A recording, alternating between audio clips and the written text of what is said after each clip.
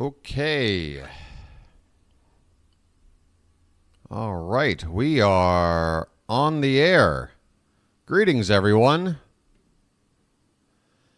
Wherever you are, whenever you are, and welcome to live coverage of Orioles baseball, where tonight the Baltimore Orioles will begin the first of a 4-game series against the New York Yankees at Camden Yards. How you doing, everybody? It's your old pal Steve here, a.k.a. the BirdWatcher, a.k.a. BW or B-Dubs, whatever you want to call me. So happy you found my channel. I want to welcome back everybody that has found the channel already, and also want to say hello to those that just might be finding it for the first time. It wouldn't be much of a surprise. This channel is, as of today, well, maybe plus 1 day, 1 month old. Just started this channel up for the 2024 season. The mission is to cover every Orioles game and to provide a community online for Orioles fans all over the world to follow along with the game. Maybe you don't have the ability to watch the game on TV. Maybe you don't have the ability to hear it on the radio. No matter what the situation is, you got a place to follow the game right here in the BirdWatcher. And yeah, I'm getting ahead of myself because we're playing the Yankees, okay? We got a lot to go over here. So I hope you enjoy the presentation, and I'll go over tips on how to best view it here in a minute. But I do want to get over the starting lineups and pitching matchups today. But first, let's just get the elephant in the room out of the way.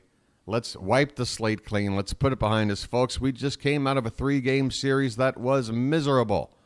No, we didn't get swept. That streak is still alive and well. In fact, as long as we win one of these 4 games against the Yankees, we will have reached 100 consecutive series of not getting swept, which is, absolutely amazing. It's one of the craziest streaks in Major League Baseball history, I got to be honest. But, yeah, we got to wipe the slate clean, put that Oakland series behind us. I'm sure some of the things that went wrong will come up during the game tonight. But for now, we got to focus, right? You got to put results like that behind you when you got the Yankees coming into town. So hopefully the Orioles have that mentality. And tonight we're going to go with a guy who really had a tough outing in his last start. His only bad outing of the season, Grayson Rodriguez, absolutely got rocked in his last outing. And his ERA is ballooned up to 4.45 coming into tonight's ballgame. He has a 3-1 record. He's given up 4 home runs. That's been a big, tough spot for him, giving up those home runs, pretty much 1 per start. But he's going to be facing Clarke Schmidt for the Yankees. He has a 2-0 record, ERA of 3.55. He's given up 10 walks in 25 1/3 innings. He is prone to doing that, but he does strike guys out more than 1 per inning, 29 Ks. Only giving up the 3 home runs. But, yeah, that's the pitching matchup. Let's take a look at the starting lineups. I'm super excited. I need to address chat as well. People are piling in. I got a feeling we're going to pack the Charm City chat tonight with the Yankees in town. But with the clock now hitting 6:30 p.m. local time in Baltimore, 5:30 a.m. here for your boy, the BirdWatcher. First things first, I'm going to make sure I got this game up and running on the screen. That is number 1 priority. By the way, your boy is teetering on disaster with this channel right now because my AC power cord for this laptop, it's not connecting to my computer normally so that I can charge it when it needs to be charged. I have to sit there now and fiddle with the cord until I can kind of get that connection. And yeah, it's been a disaster because it's taken me like 20 minutes now, and now I can't touch my computer for fear of moving the cord. What is going on with this thing? All right. Let's just try this again. So, yeah, your boy's going to have to go out and buy himself another AC power plug or something. Hopefully it's not going to be too big of a deal. I thought those things were universal. I had an old AC plug from my previous computer that died. And, of course, that didn't work. All right, the game looks like it's about to come up here. All right. Let's take a look at the starting lineups tonight, and then I'll say hello to everybody in chat. I see Pure Adrenaline Sports and Card Crazed are here. They're mods on the channel, as well as Janet. I'll get to the rest of you guys here in just a sec. Just want to shout out to the mods for helping out. For the Yankees, leading off and playing shortstop, Anthony Volpe. Juan Soto will bat second and play right field. Aaron Judge is in left field, hitting third. Anthony Rizzo, the cleanup hitter, at first base. Giancarlo Stanton, the DH. Austin Wells is the catcher, batting sixth. Gleyber Torres is in second base. Oswaldo Cabrera is at third base, hitting eighth. And finally, Trent Grisham is in center field, hitting ninth. For the Orioles, pretty standard lineup against right-handed pitching for now. There's one name absent that has me wondering what we're doing, to be perfectly honest. But it's also something that I saw coming. So it's what I said last week when I was ready to send Jackson Holliday down and give somebody else a shot. Anyway, Gunnar Henderson, Adley Rutschman batting second. He's the catcher. Ryan O'Hearn, the DH, hitting third. Anthony Santander is a cleanup hitter in right field. Ryan Mountcastle at first base, batting fifth. Cedric Mullins in center field. Jordan Westberg at second base in the 7-hole. Colton Cowser's in left field. And finally, Ramon Urias is at third base. The name I'm wondering about, folks, and this is his sixth game since his call-up, Heston Kjerstad. We're facing a right-handed pitcher on the mound. We did face 2 out of 3 lefties against the A's over the weekend, I believe. No, we faced Blackburn on Sunday. He wasn't. I think we faced Sears, Blackburn, and who else? I don't know. All I know is Heston Kjerstad can't seem to crack this lineup, which has your boy wondering why we called him up instead of, I don't know, Kobe Mayo. And this is the thing I talked about when we were talking about who to call up to replace Jackson Holliday. When the name Kjerstad was mentioned, I said, yeah, Kjerstad on paper, having, the biggest numbers down in Norfolk. But when you look at how our team, or how our roster is composed, he doesn't really have a place that fits, especially against right-handed pitching, which is where you would expect him to start. But look at tonight's lineup, and this is what I was saying. You tell me where Heston Kjerstad fits in.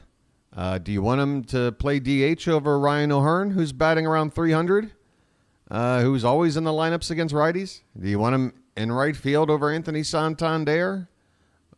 Do you want him at first base over Ryan Mountcastle? Do you want to somehow put him out in the giant pasture that is left field in place of Colton Cowser? The answer to all these questions, folks, is an honest no. You know? And that's the issue. He's just got the characteristics of a player that doesn't quite fit in this lineup at the moment.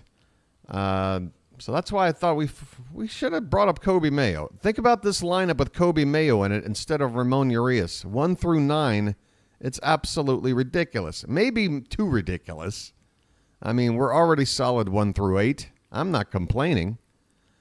But, I mean, we're sort of burning a roster spot on Kjerstad without using him. And I don't know when we're gonna. But, all right, folks, let me go over this here because first pitch is coming up.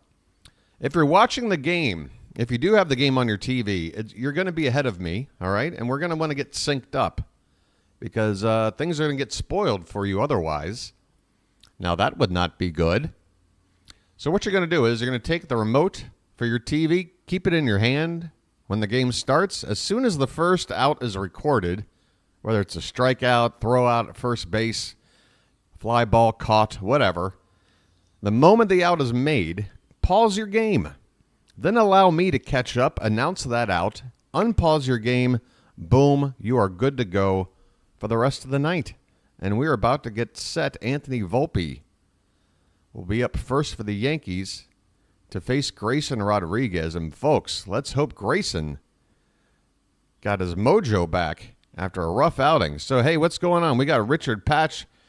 Where's the Mayo indeed? I'm working backwards here. John Mussenden. Good luck today. Was the New York Yankees first place? Well, first place is certainly on the line with this series, a 4-game series. Things can swing wildly one way or the other, or they could just get split 2 games apiece. We'll see. V. Barnacle back in the house. Good to see you. Expecting a pitching battle. Could happen. Especially, first 5-6 innings. I could see it being low scoring. Fox Molnar, good to see you. Pool's in the house. He's got the popcorn ready. Real Nomad Unloaded. How you doing, Real Nomad? Good to have you.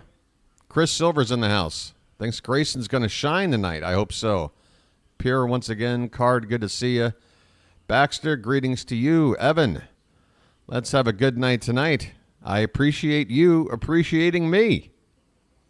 O-Bird Fan is in the house. Say hi to O-Bird Fan, everybody. Daniel Berry, how you doing? Happy Monday to you. Bill, good to see you, buddy. Randy and Matt in the house. Guys, we are about to get set. Grayson Rodriguez just took his last warm-up pitch. They're tossing the ball around the infield. And we are about to get set to take on the Yankees, folks. Your boy, the BirdWatcher, working with some tough, a tough environment here with this computer right now. I'm afraid to touch it, but here we go. First pitch to Volpe is just a bit inside for ball 1. 97-mile-an-hour fastball from Grayson Rodriguez. And with this 6:35 start, the sun is shining on the warehouse. Next pitch is ball 2. Had the top of the zone according to the strike zone on TV, but no dice. 2-0 the count. This one's a strike.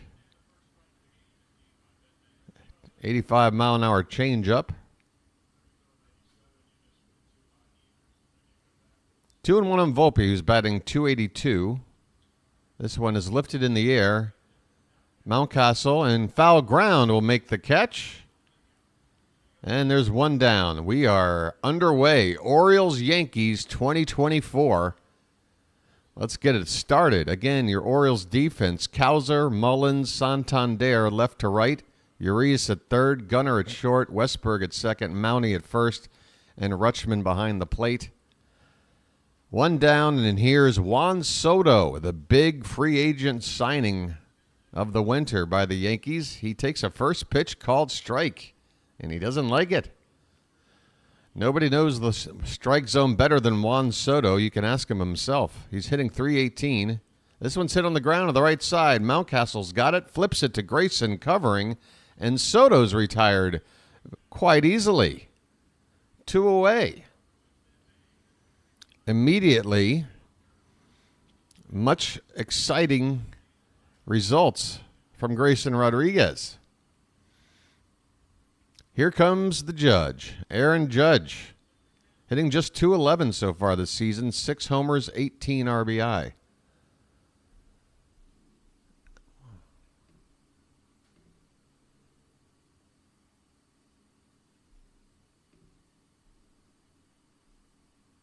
Oh, look out. Well, now my...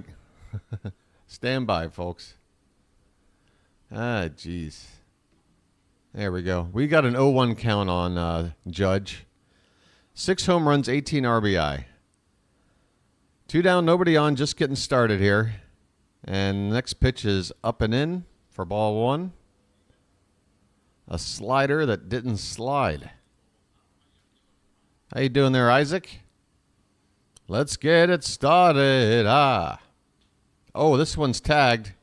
That one's going to drop into left field. Aaron Judge with a 2-out single. You'll take a single when you can get it from Judge. Keep that launch angle down. But a solid stroke into left field. And the Yankees have a 2-out base runner for Anthony Rizzo. Rizzo batting .277, 5 homers, 15 driven in. Former Cub. Fouls this one back. 0-1 the count.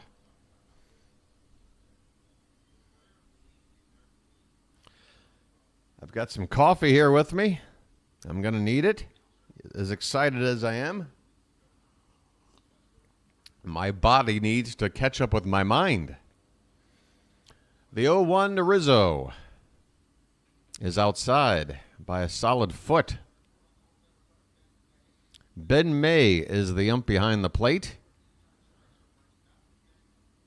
I don't really care unless he does something wrong.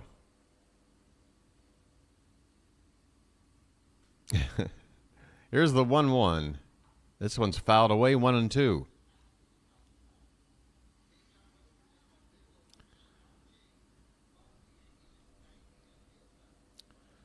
Still some empty seats around the ballpark, particularly in the upper portions of the upper deck. So it won't be a sellout crowd tonight, but still early yet. People filing in. Here comes the 1-2 to Rizzo. Way upstairs. 2 balls and 2 strikes.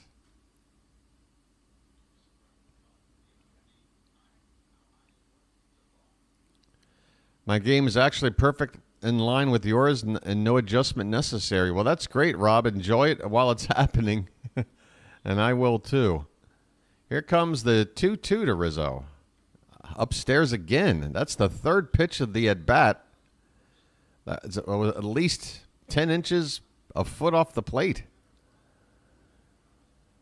I mean, if you want to get Rizzo to chase, try to keep it like, 4 inches off.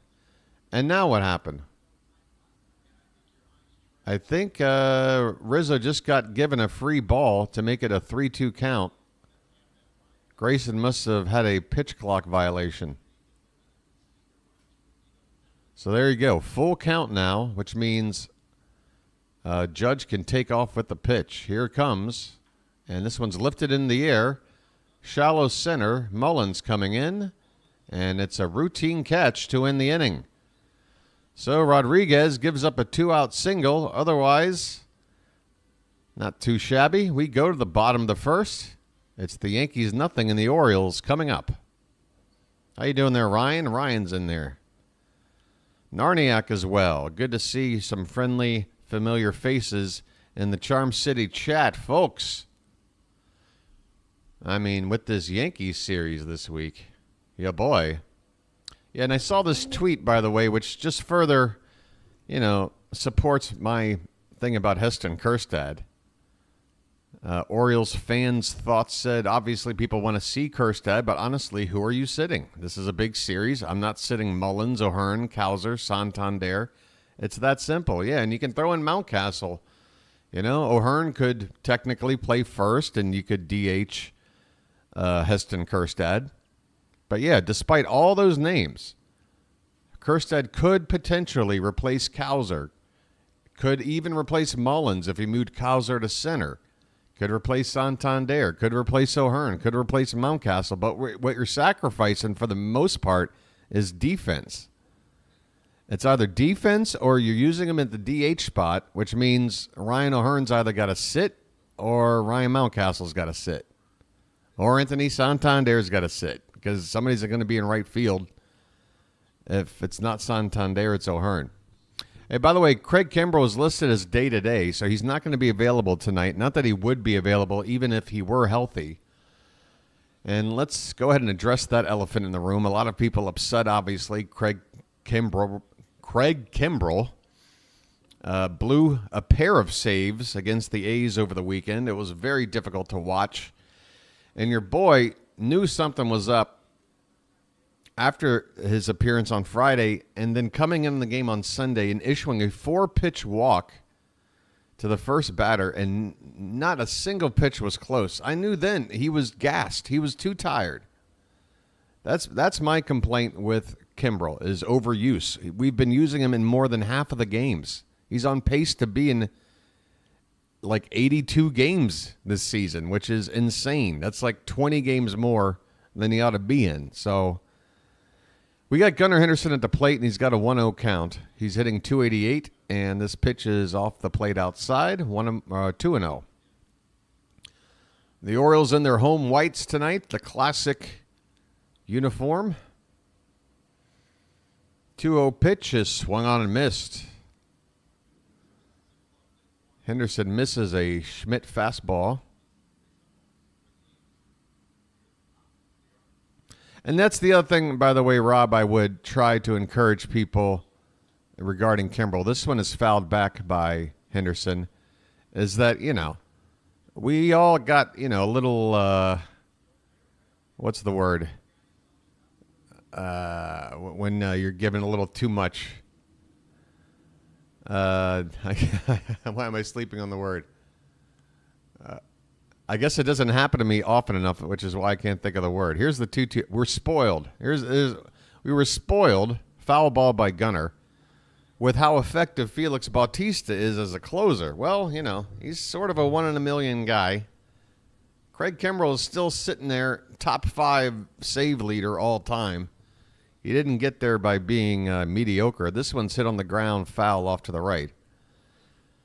And I know the argument can be, well, he's too old now. And that could be true. He certainly isn't as dominant as he was in the first 10 years of his career.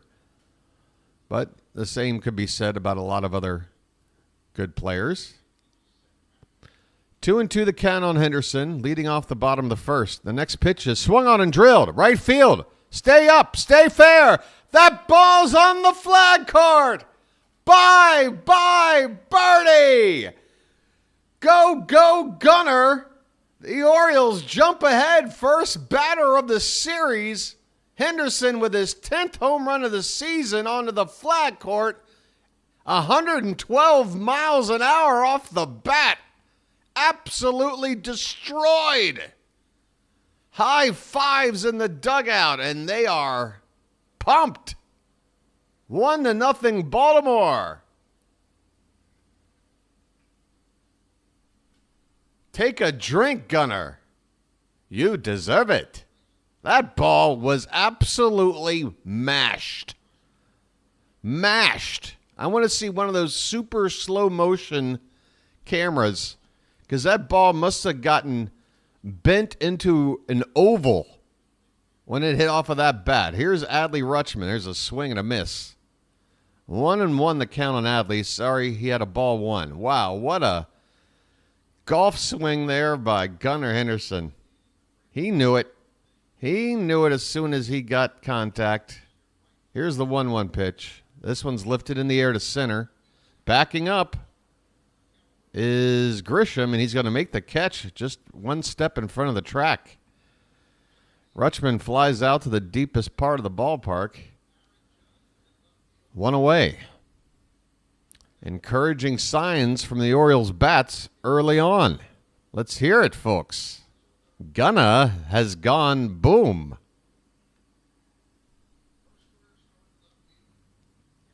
By the way, Aaron Judge in left field, when I saw that, I said, how often has he done that? Well, folks, here's your answer. Never. It's his first major league start in left field. Have fun out there in the giant pasture that is known as Baltimore. Here's Ryan O'Hearn, and after a first strike, he fouls the next pitch off. 0-2 the count. And even these Yankees, the illustrious uniform of the New York Yankees, look cheap, but these this new company, new manufacturer of these major league jerseys, they just look cheap. I don't know what to tell people. 1-2 on O'Hearn. Hitting .297 entering tonight's ball game. Oh, let me take you back to the scoreboard screen. I apologize. This one's lined in the right field, a base hit. O'Hearn with a solid stroke on the right, and I'm telling you, if there was one batter, I'd say, well, Kjerstad needs the at-bats. We need somebody to take a seat. I was looking at the lineup and I said, well, if I had to, I guess Ryan O'Hearn. Go ahead and put Gunnar in a DH. Move everybody up a spot and put Kjerstad maybe 7th or 8th. But there you go. Ryan O'Hearn. The guy's a professional hitter against right-handed pitching. That's all he does. Here's Santander. This one's foul back. Count 0-1. Anthony Santander hitting .218 with 4 homers, 18 RBI. Let's get that average up, Tony. Yeah, Rob, how about that? First start in left field. Let's do it in the biggest left field since the Polo Grounds. This one is hit off the end of the bat in the air over to the third baseman. Cabrera makes the catch on a short pop-up by Anthony Santander. So 2 down, and the batter Ryan Mountcastle coming in hot. Had that big game with three hits, a homer, a steal. Average at .319 at the moment. Up there with 2 down, a runner at first. The Orioles with a run in on the solo home run from Gunnar Henderson. First pitch is a check swing, but it's a called strike on the outside corner at the knees.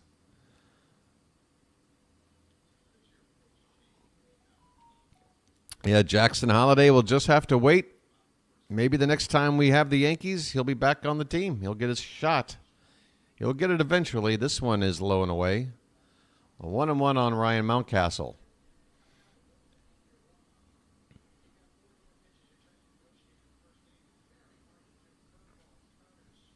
Yeah, that ball got out of the park in a big darn hurry. This one is off the plate outside, 2-1. Gunnar up to double-digit homers. And by the way, I was looking at the lineup, folks. The only player in the lineup for the Orioles with less than 4 home runs is Ramon Urias. And we're in the first month. So there's 6 months in the season. Let's do some quick math as Mountcastle swings and misses. 2-2 the count. Do a little quick math, folks. Your average, or you get 4 home runs a month. You play 6 months. That's 24 home runs. We're talking about a team that could potentially have 24 or 25 homer players through the first 8 batters of the lineup. That is insane. 3-2 the count now. That'll allow the runner at first, Ryan O'Hearn, to take off with this payoff pitch. Here it is. Swung on and hit in the air, right field. Going back on it is Soto. He's under it and makes the catch. That'll end the inning. But the Orioles get on the board. Gunnar blasts off with a laser onto the flag court. It's the Orioles 1 and the Yankees nothing.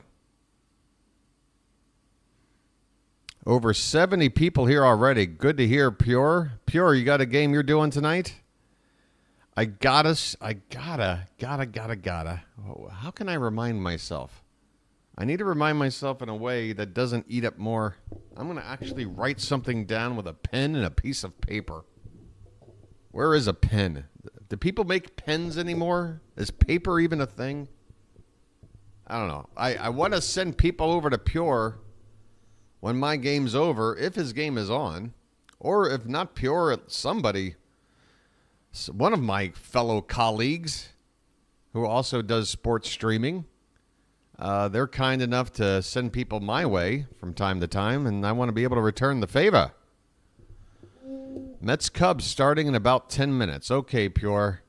Let me do a couple of things here. First, folks, don't worry about it. You don't have to worry about this whatsoever, but I'm just going to drop this in because I'm going to drop in a couple of links and then get one ready on my save button. This is the donation site to the BirdWatcher channel. If anybody is feeling generous and wants to support the channel, that's the best way to do it right now. There are memberships coming to my YouTube channel. You can actually see a join button below your screen. I'm telling you right now, folks, you're not going to want to join because the entire thing hasn't been completely set up yet. But pens are obsolete, especially the Pittsburgh pens. Ugh. But, yeah, I'll also get a Pure Adrenaline Sports website here in a sec. We're underway, top of the second. Giancarlo Stanton at the plate. And I need to hurry up and just go back to my screen here. I'm trying to do this quickly. Where are you at, Pure? This one's hit back to the mound. Slowly, Grayson picks it up and throws out the slow-footed Giancarlo Stanton. All right, so it's just YouTube at Pure Adrenaline Sports. Why can't I just remember that? Okay, I've got it on Control Save. I'll just pop that link in later. Janet or any other moderators that are here, please remind me at the end of the ball game if I haven't done it before signing off to send people on over to Pure's channel. All right. Austin Wells, left-handed hitting catcher at the plate, hitting just a $159. He has a 1-0 count. Next pitch to him is outside, 2-0. One out here in the second, 1-0 Orioles.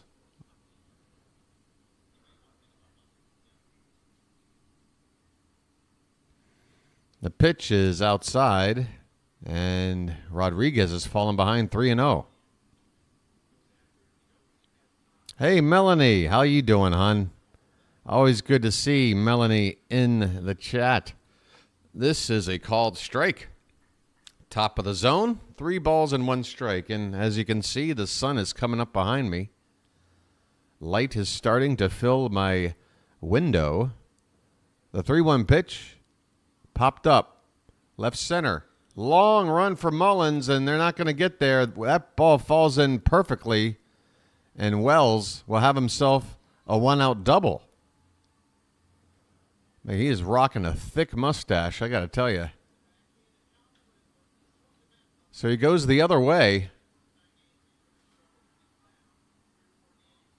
Ball not exactly crushed, just hit it into the perfect spot. I'm sure the outfield was shifted a little to pull.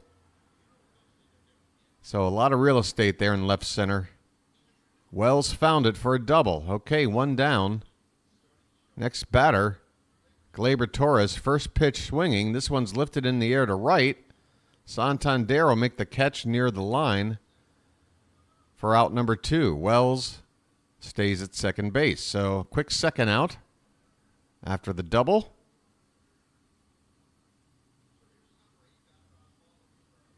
And here's Oswaldo Cabrera batting .269, 3 homers, 16 RBI. By the way, Gleyber Torres now at .216 after that out he just made.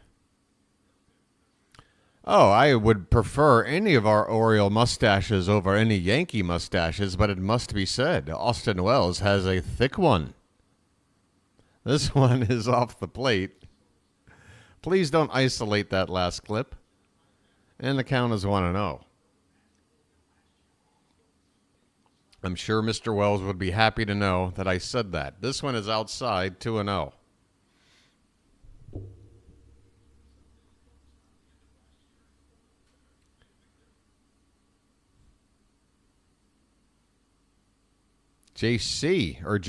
JR.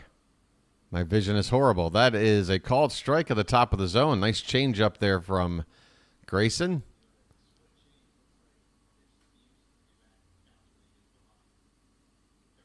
Two and one the count. Runner at second. This one's upstairs. 3-1.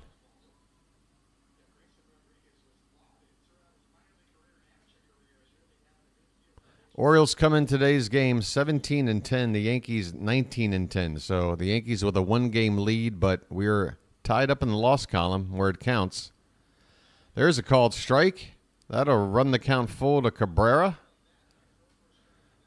So another 2-out, full count situation. Yankees with a runner at second base. He is the tying run. This will be the 29th pitch of the day so far for Grayson Rodriguez to Oswaldo Cabrera. The full count pitch is pop foul behind the plate. We'll do it again. we will do it again. And we'll be doing it all week long, folks. I mean, are you ready? A 4-game series at Camden Yards. I hope if you're within a travel distance of the ballpark, you folks are going out there for at least one of these games this week. This ball's fouled away, still 3-2.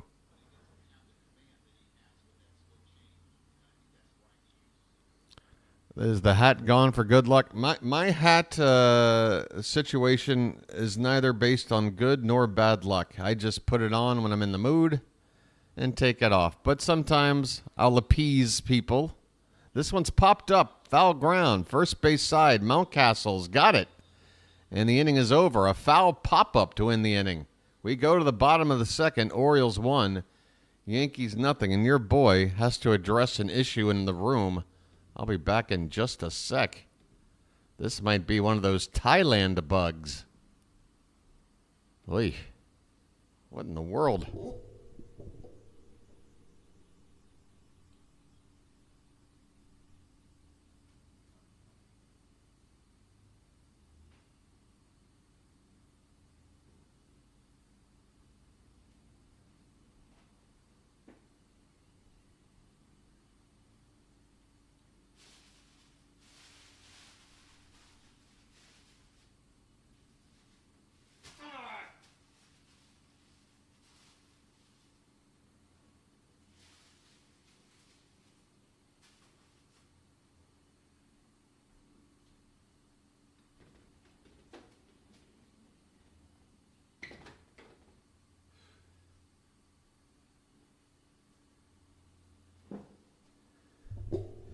Yeah, just some kind of strange Thailand cricket hopping around in my room.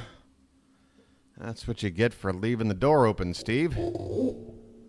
Crickets. All right. Maybe that cricket will provide a little bit of luck. The hat is on standby, just so everybody knows. Like right now, as you come back to see me in the bottom right-hand corner of your screen, what's this? What's this? Why, it's a hat. And then it's off. Yeah, I'm not sure what that was. That looked like something out of Starship Troopers. Thankfully, smaller scale, but I'd be very happy to not see that ever again. As long as I've been over here, that's the first time I've seen whatever that was. Yeah, that was a rally cricket. I'm going to chalk that up. Here's Cedric Mullins leading it off in the bottom of the second. He's batting 2-2-2. First pitch is outside corner at the knees for a called strike. 6 home runs, 17 driven in for Mullins in 27 games. So the average is low, but the production is there.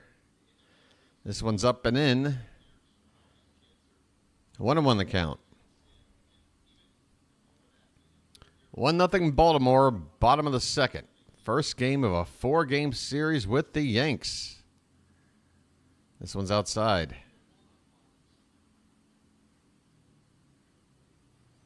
Cal Ripken back in the first row. I mean, I suppose this is how it's going to be. Cal's got a permanent seat just behind home plate to the right side if you're looking from the outfield. Or actually, no, to the left side if you're looking from the outfield. It feels a little, I don't know. I would be a little intimidated that Cal is there watching every pitch of every game. Mullins fouls this one back. 2-2 the count.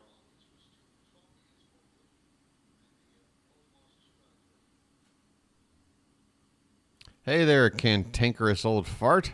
Hey there, booty smacker.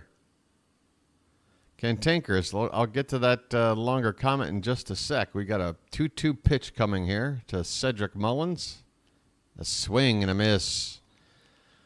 Mullen goes down on the curveball. And there's one away here in the bottom of the second for Jordan Westberg. Your comments on the home runs remind me of the 85 Orioles. They had 9 guys with double-digit home runs, and Lee Lacy had 9 home runs that year. Yeah, I remember. Well, I didn't follow the team that season. I was My first season, I fell in love with the club. Came a couple years later, but in hindsight, looking back, I remember looking at those stats.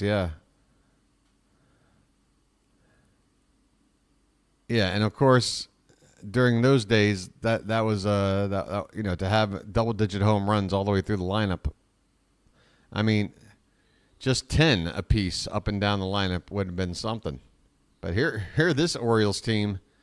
Imagine Kobe Mayo or Jackson Holliday was that number 9 hitter. It would be 9 guys with 25-plus homer power up and down the lineup. 2-0 the count on Westberg, who's hitting .304. Make it 2-1. Morgan Freelance is in the house. Here's a line drive into center field, a base hit. Jordan Westberg joins the hit parade, and you're right, his mustache is indeed better. It's more stylish.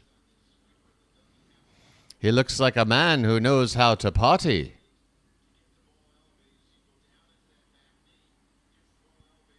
And Jordan Westberg, I love watching this guy hit.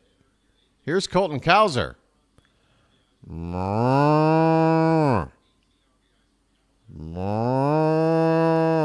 First pitch to Cowser hits the bottom of the zone on the outside corner. 0-1. Cowser hitting .310. Get those cows in the chats. In the chat. The 0-1 pitch inside 1-1.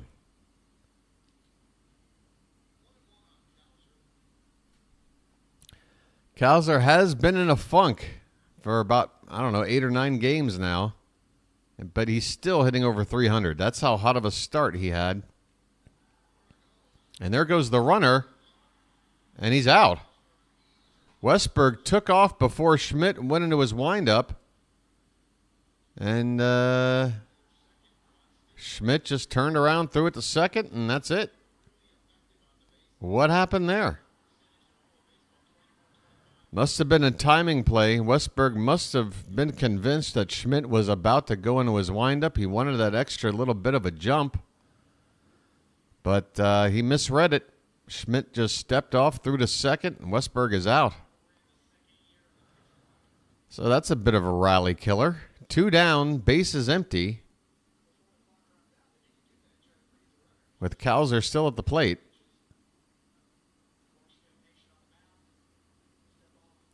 What happened there?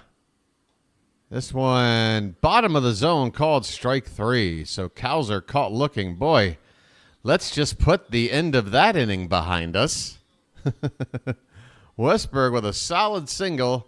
Gets caught on the bags, and Cowser strikes out looking. So bye-bye rally. We go to the third. It's the Orioles 1, the Yankees nothing. Not sure what happened there. That was some sour milk.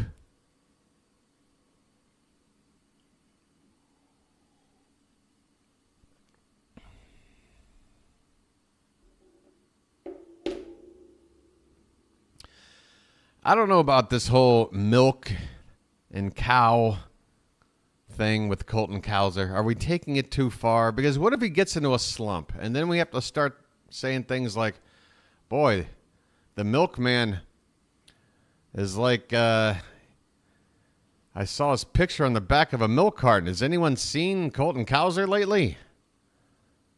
Has anyone seen his bat? I think I last saw it on a milk carton. Something like that. No, it's fine. I want to see those cows filling up the ballpark. I tell you what, the cow outfits, that's hilarious.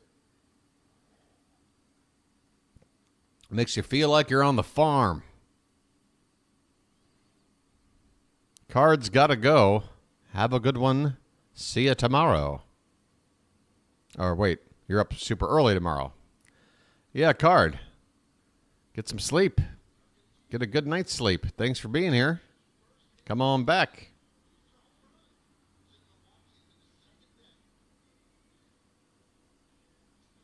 Janet, you're still around, right? All right, Janet is right there. There you go, Janet. You're on double duty. Trent Grisham, the number 9 hitter, getting his first appearance in the game at the plate. He's batting just .059. He's got 1 hit on the season. But if you're going to have 1 hit, make it a 3-run homer. That's what he's got. 1 for 17 with a 3-run homer.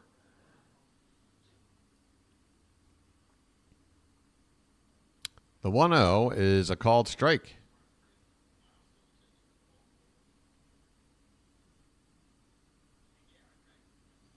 I mean, Jackson Holliday's got twice as many hits as this guy. This ball is a little upstairs, 2-1.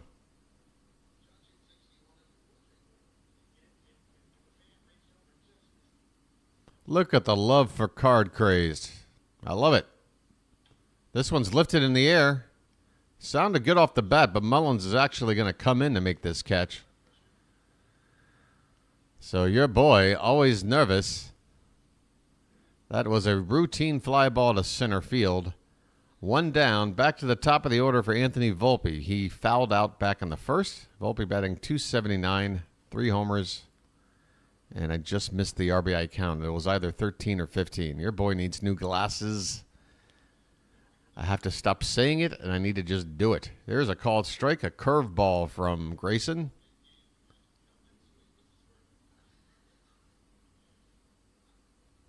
There's a beautiful shot of the sun poking through the stands there.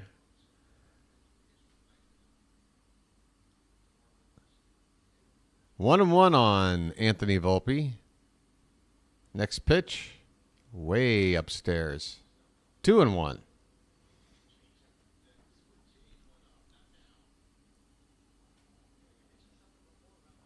Your boy might need to have an early lucky in order to enjoy this coffee while it's still warm. This one's high. Man, Grayson, when he misses the zone, he really misses the zone. I mean, if you're to draw one of those charts that shows you the location of every pitch during an outing, you would see a lot of balls 6 inches or more off the plate. Here's the 3-1. That is inside. Ball 4. A 1-out walk to Anthony Volpe. That is not good. Not when you got Soto and Judge to follow. You cannot be walking the dude in front of Soto and Judge. That's rule number 1. I mean, when you went over the series with the pitching coach and everything, Drew French, that should have been the rule number 1. Don't walk the guy in front of Soto and Judge. Here's Soto, drilled into right field. Going back, and it's going to bounce off the scoreboard. Santander plays it nicely and is going to be able to not only keep a run from scoring, but hold Juan Soto to a long single. The Yankees have runners at first and third now with only 1 out. Soto absolutely turned on that pitch. A short wall, and that ball's gone. Probably gone at Yankee Stadium.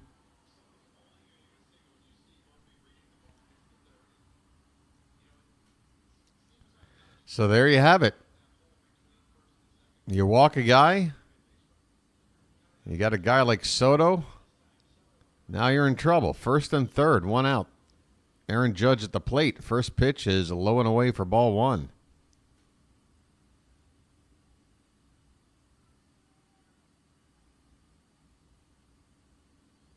Double play would be nice. The 1-0 up and in.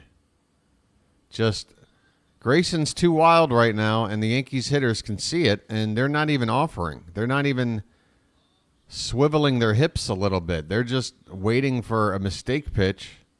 Anything around the edges, they're just laying off. There's a swing and a miss. A good changeup. Bottom of the zone. Had Judge fooled just enough. And the count 2-1. We're still going to need a couple of more really good pitches to get out of this jam. There's a swing and a miss. A slider that just broke off the outside edge. Perfectly placed. That's more like it, Grayson. We need one more solid pitch like that. 2-2 on Judge. Big moment in the ball game here. The Orioles ahead just 1-0. First and third, one away. The 2-2 pitch. Grayson holding it extra long. There it is, and another slider, but it's off the plate, and Judge would not chase. That'll run the count full. What pitch do you go with here? What location? You don't want to walk him. You don't want to give him anything to hit. And he got him to swing and miss at a changeup. That's the pitch you needed. Rodriguez with that nasty changeup. Judge looking at a pitch that was on the outside corner at the knees. And if it was a fastball, he had to start his swing and protect. Next thing you know, oopsie, it's a changeup. That ball dips out of the zone. Judge has struck out. 2 down, runners at first and third. What a huge out that is. Come on, Grayson. Let's dance out of trouble. Here's Anthony Rizzo. First pitch off the plate outside. And again, when he misses, it is so far off the plate that the Yankee hitters don't even need to think about swinging, and that is not good. You can only get away with that for so long. Here's the 1-0. This one's hit on the ground to the left side. Urias across the diamond in time, and the Orioles get out of the jam. How about that? The Yankees had runners at the corners with only 1 out, and Aaron Judge at the plate, and yet we hold the fort down. Well done. Well done. Come on, Grayson. You need to find that extra something, because I don't know how many more times we can dance out of damage like that. We did a dance.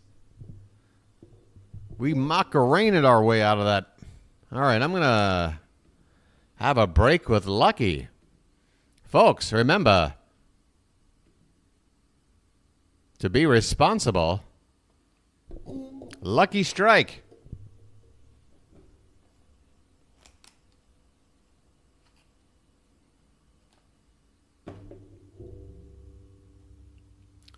It'll be the 9, 1, and 2 hitters due up for the Orioles in the bottom of the third. Ramon Urias, Gunnar Henderson, and Adley Rutschman.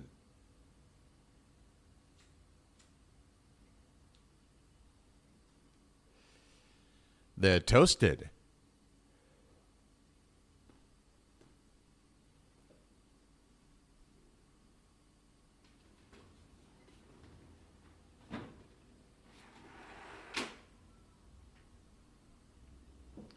Oh, by the way, I missed a comment from, maybe it was the last game. I think Janet, you might have left it. You were saying somebody was asking you, why do you have naked people on your screen, BirdWatcher?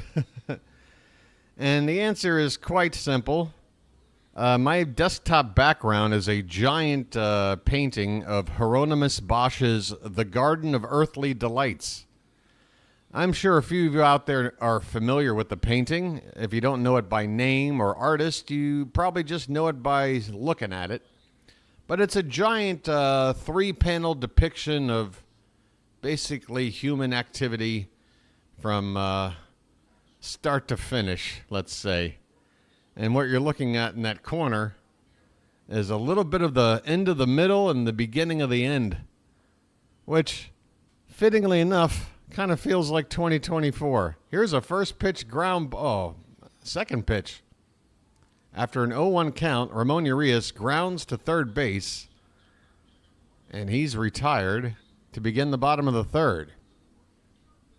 So yes, that is not pornography on your screen. That is merely art.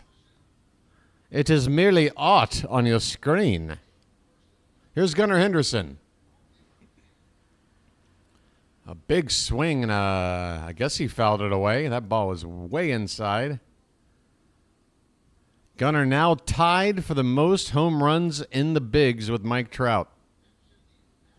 See, Ryan knows the painting. It's just one of those paintings that you can sit and stare at for about 2-3 hours. It's like the ultimate Where's Waldo. Here's the 0-1 pitch outside, 1-1. By the way, that's why I'm not an art critic. That's why I don't get to hobnob with art aficionados, because I'm the guy that would say, yeah, it's like a Where's Waldo on steroids. This one is fouled back, and the count is 1-2. The art community turns their nose up at the BirdWatcher.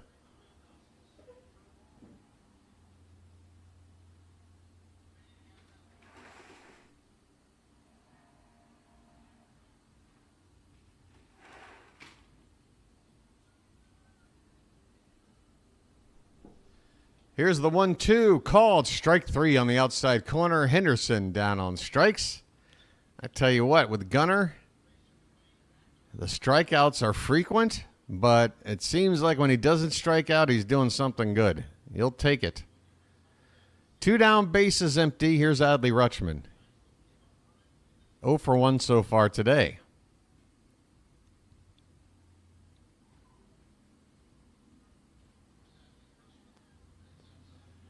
First pitch is low and away for ball 1. Isaac Angel also familiar.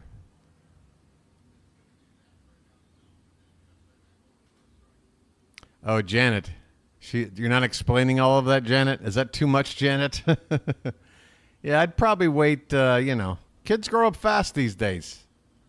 Maybe wait till she's, the ripe old age of 9. And in shocking news, Booty Smacker is a fan of Jenna Jameson. I never would have guessed Booty Smacker. The 1-1 Adley is swung on and missed. 1-2 the count. 2 down, nobody on in the bottom of the third. The Orioles ahead 1-0. A solo home run from Gunnar Henderson, the only score so far.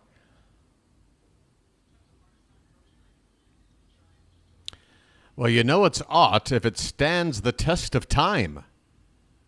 This one swung on and missed. A high fastball, Adley came up empty. We go to the 4th inning. It's the Orioles 1, the Yankees nothing. The left side of the painting is for when we're in Oakland. Yeah, let's hope. Let's hope this the Garden of Earthly Delights is in reverse order of the Orioles' future. Let's say the far right panel was 2018, and we're moving farther and farther to the left, or something.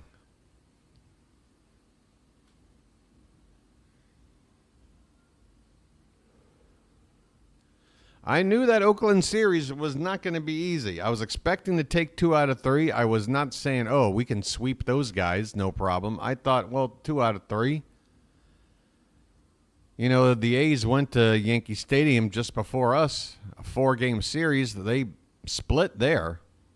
So credit to Oakland for taking, four out of 7 games on the road against the Yankees and the Orioles.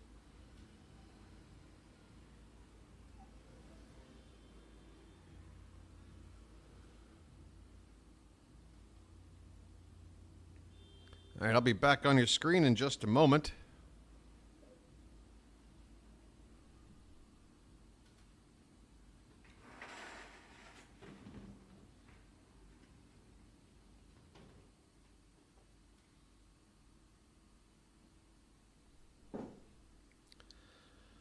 Let's see here.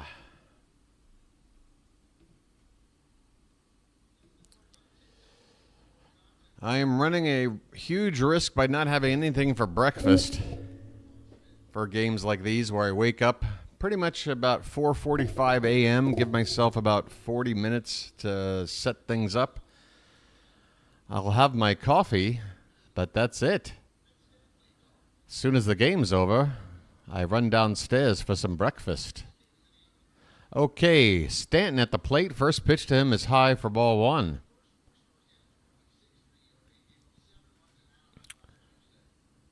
And the next pitch is hit right back up the middle. A solid line drive for a base hit. Leadoff single for Stanton. If you're looking for a silver lining to the Yankees getting the tying run on first with nobody out, Stanton is slow as molasses on the base paths. Let's hope his lack of speed makes it more difficult on the Yankees. That's their fourth hit of the day. Here's Austin Wells. He doubled in his first at-bat. Takes one outside for ball one. That lifted his average up 20 points. He's now at 178.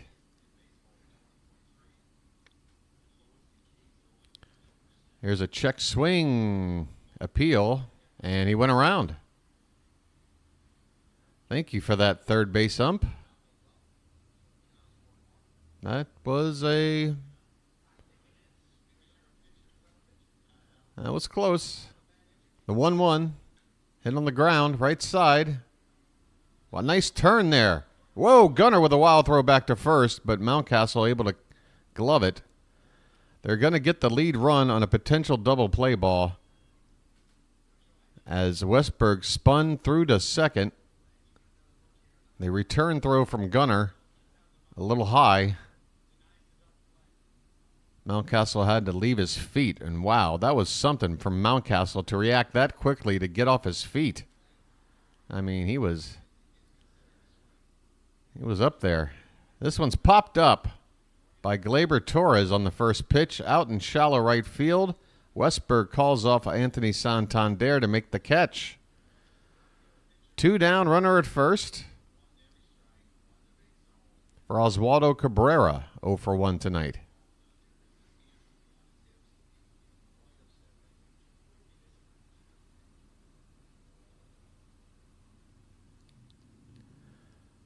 All right, if Grayson can get out of this inning here with the next few pitches, he'll be on a decent pitch count rate. There's a called strike, bottom of the zone.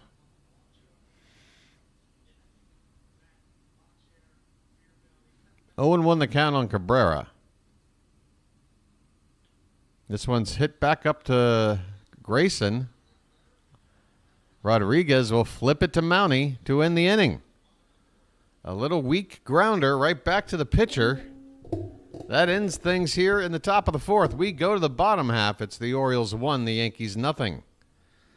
My goodness, 4 shutout innings from Grayson Rodriguez so far. He hasn't looked dominant by any means, but so far so good in the run column. Your boy, the BirdWatcher, is about to bring up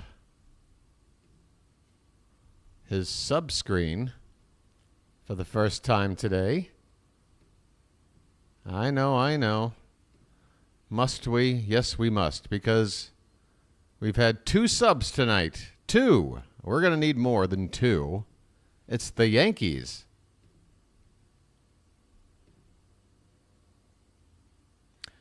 Folks, if you're enjoying the ball game and if you haven't subscribed to the channel yet, why not have a think about it? There's no obligation, there's no commitment, and no salesman will visit your home. And what is this thing doing? Are you going to come over here now? There, come up over here, get in there, and there you go. There's our current count, 573. Now, folks, I would hope with a 4-game series, we're going to get to 600 by the end of the series, but I'm trying to get back to the pace we were on the first 3.5 weeks of the season. And if we were on that kind of pace, we'll get to 600 after game 2. But let's get it up there, folks. First things first, we get to 575. What do you say?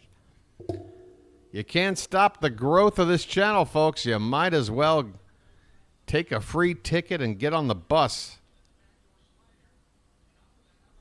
Oh, man, I know. Talking about subs got me hungry, too.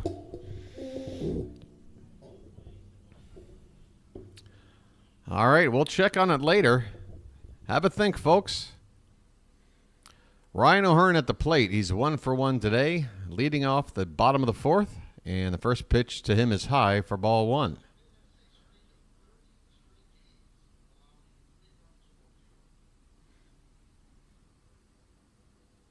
1-0 outside, 1-1.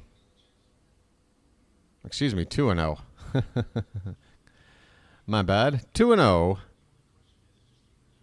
There you go, Rob and Bill. Folks, maybe once every couple of innings, throw it out there again. This one's hit hard off of the pitcher and is caromed over to the third baseman. Ryan O'Hearn hits a liner off of Schmidt, but is retired after Cabrera fields the ball. And they're going to take a look at Schmidt. He's got a smile on his face. Already saying, I'm fine, I think. But the trainer's out there feeling up the lower back, making sure there isn't any pain down in that area. Let's get some runs.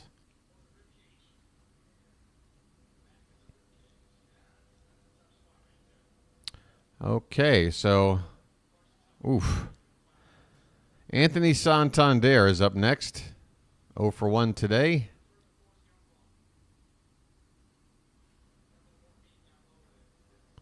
And the first pitch to him is swung on, hit on the ground to second base. Routine play. Torres throws out Santander. 2 down. So Schmidt, outside of that first batter, giving up the leadoff home run to Gunnar Henderson, has settled down since, giving up a couple of hits. The Orioles running themselves into an out on the base paths. Here's a called strike on a breaking ball to Ryan Mountcastle. 0-1. Mountcastle 0-4-1 so far today. Outside. 1 ball, 1 strike.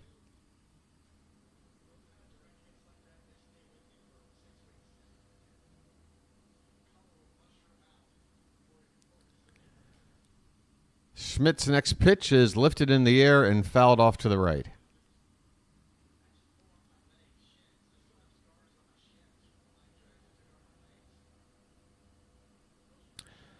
Yep, so far a low-scoring affair. Already forgot who predicted it to be a low-scoring affair, but fair play. My reaction was, yeah, maybe the first 5-6 innings it's going to be low, but I got a feeling there's going to be some runs in the last couple of innings here on both sides. 2-2 the count on Ryan Mountcastle. Mullins is on deck. I'd love to do a bugle charge. I'm just waiting for one positive thing. This one's fouled away. Still 2-2 on Mountcastle. If Mountcastle can get on base, you'll get the bugle. Schmidt threw 22 pitches in that first inning, then down to 14 in the second, only 10 in the third. So, yeah, he's getting into a groove here. The 2-2 to Mountie is way outside. Goes all the way back to the backstop. Now 3 balls and 2 strikes. Chris has got a feeling. You got a feeling that tonight is going to be a good night? I hope so. Hello, Salvatore from California. How you doing out there? This one's fouled back. Still 3-2 on Ryan Mountcastle. And there's the spoiled result of this at-bat, which is why when we are in the middle of a rally, your boy will be on the sub-count screen instead.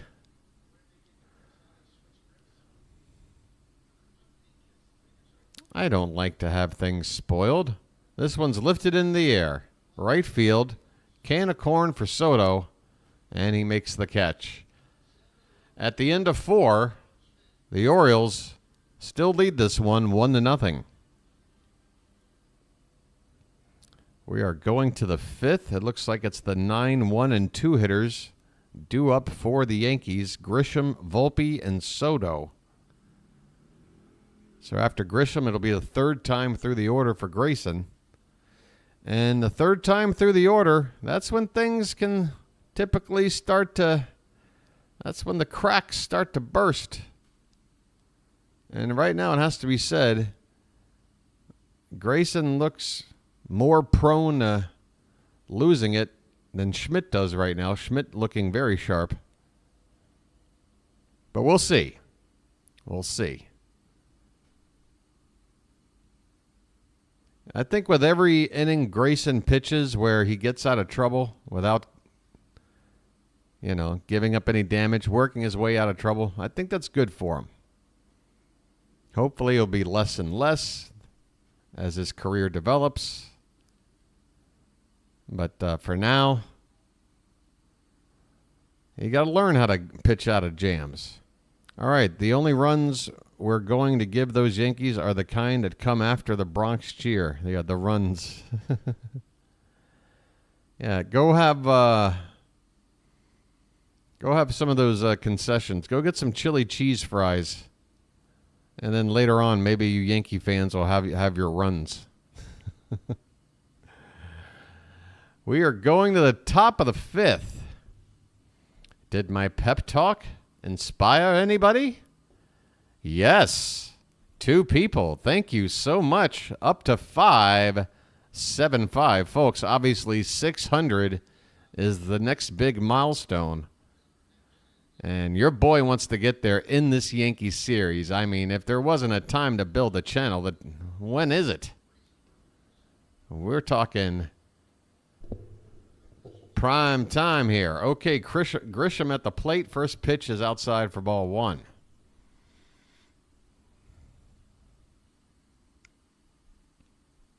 Next one is in there, called strike.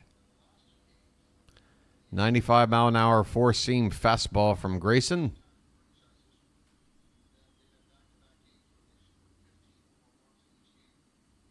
One pitch, fouled off the catcher's mask. 1-2 on Trent Grisham.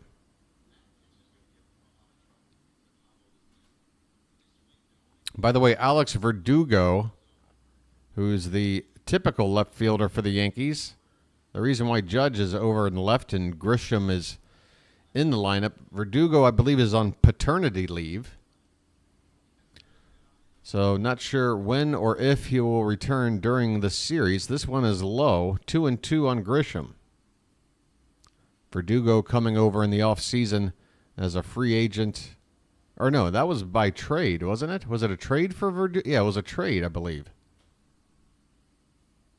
I'm honestly not sure now. One way or the other, Verdugo came over to the Yankees by way of Boston in the offseason. Full count to Grisham. Here's the payoff pitch, and it's outside. Ball 4. You cannot walk the leadoff hitter, never mind the number 9 hitter who has 1 hit on the season. You just can't do that. Make him beat you. Throw strikes, my man. Man. Leadoff man on. Top of the order up now. Here's Volpe. First pitch, called strike. Bottom of the zone. I mean, flirting with problems here. Soto is on deck. The 0-1 to Volpe is low and away, 1-1.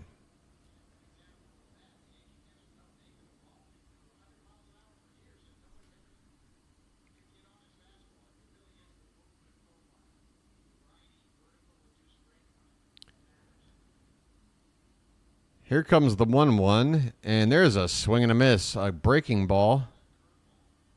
Volpe with the whiff.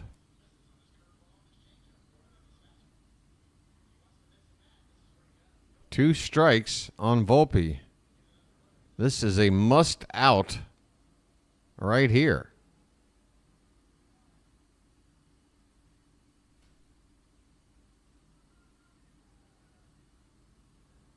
The 1-2 is upstairs. 2 balls and 2 strikes.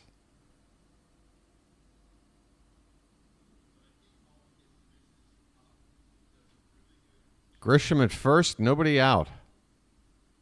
Aboard on the leadoff walk. The 2-2. Hit in the air. Left field. A lot of room out there. Cowser is going to camp under it and make the catch. Fake tagging is Grisham at first. He's not going anywhere. One away here in the top of the fifth. Here comes Juan Soto. All right. We got Volpe out of the way. We need 2 more outs, and we need to get Soto and Judge. Soto 1 for 2. He hit a single off the scoreboard in right field in his last at bat. Grayson versus Soto. First pitch outside. Another pitch 8 inches or more off the plate. We've probably seen about a dozen of them tonight, maybe more.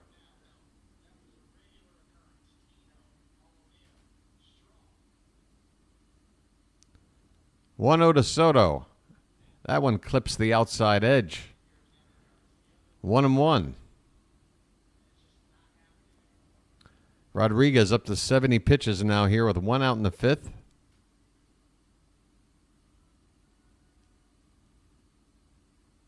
Here comes the next pitch. This is lifted in the air and fouled back. 1-2 on Juan Soto.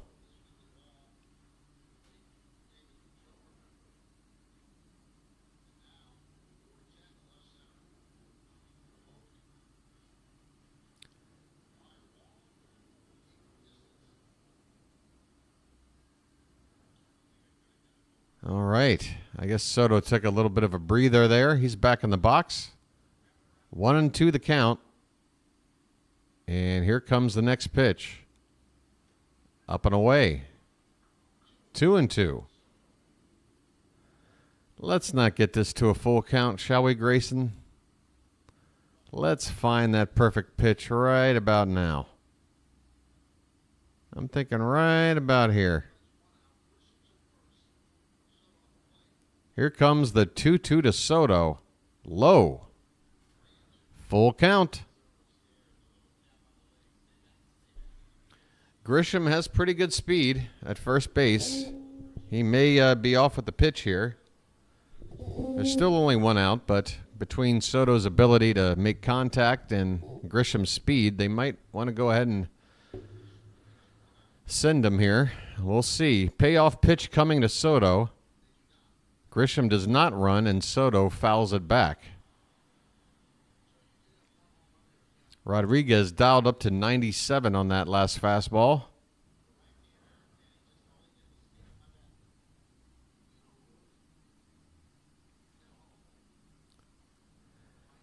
Another payoff pitch to Juan Soto on the way. There goes Grisham. This one is fouled, tapped right at the plate. Soto picks up the ball himself and tosses it back over to the dugout.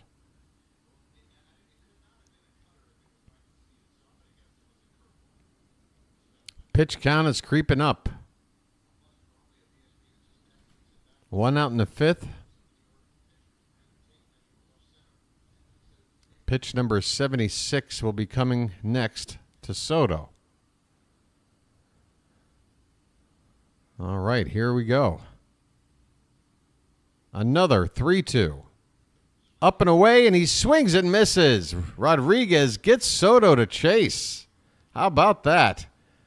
Between Grayson's command issues and Soto's eye at the plate, I think 9 times out of 10, Soto lays off that pitch. But he went after it and came up empty. 2 down here in the top of the fifth. 1 more tough batter to get. Here's Aaron Judge. Here's a slider low and away for ball 1. Judge singled in his first at bat, raising his average to .216.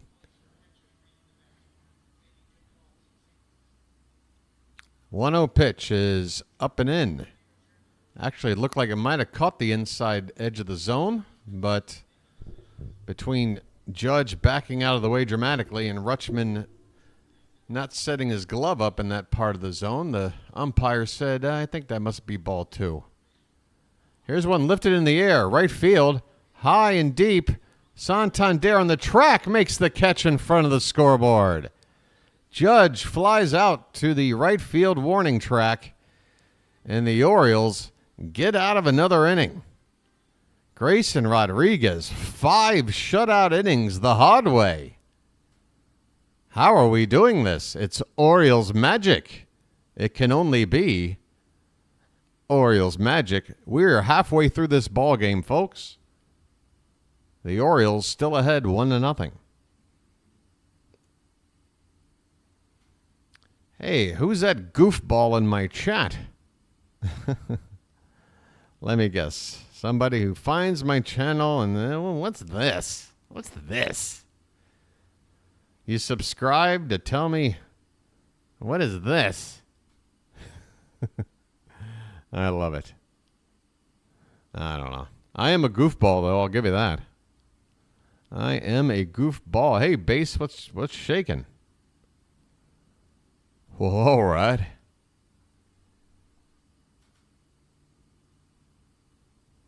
Professional appreciation.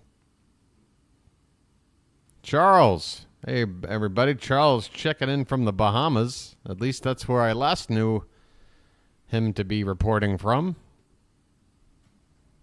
Hey, another sub. Look at it go. It's like a dripping faucet.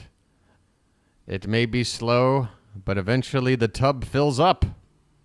Let's fill up that tub. B-dubs in the hizzy.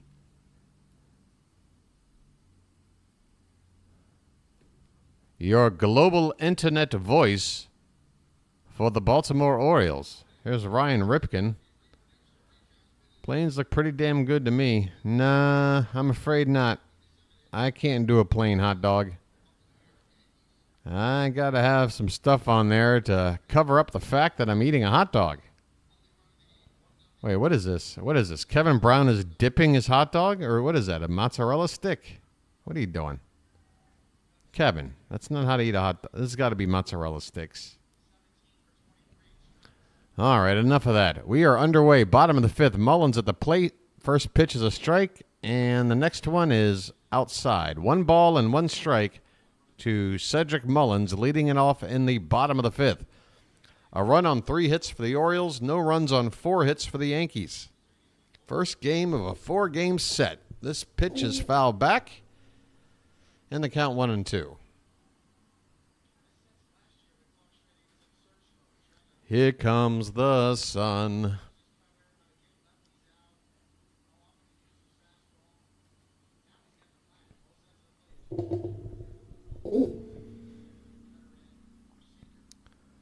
This one is in the dirt. 2 balls and 2 strikes to Mullins.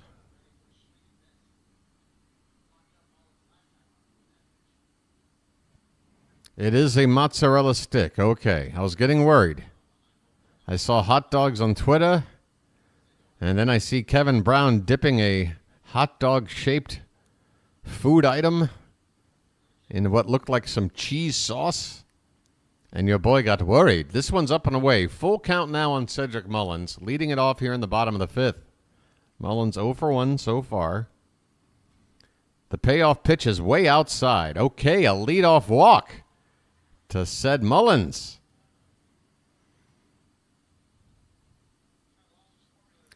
And I think after that leadoff walk, Chris Silver has a great idea.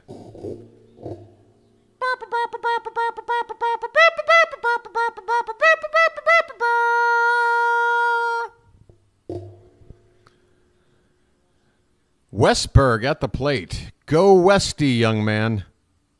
First pitch is hit off the bottom of the barrel of the bat.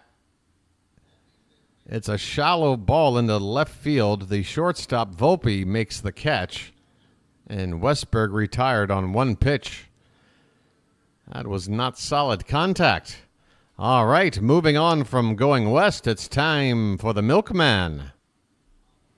That's right, your boy's going to dip in, put in some milkman emojis. It's time for the milkman to deliver. 1 out, runner at first. The pitch, low for ball 1. We've got good speed at first, and said Mullins, he's got a handful of steals, maybe up to 5 steals already. Wouldn't mind seeing him take off here. The 1-0 to, oh, there's a check. Check on Mullins. He's back in with a dive. First check on him.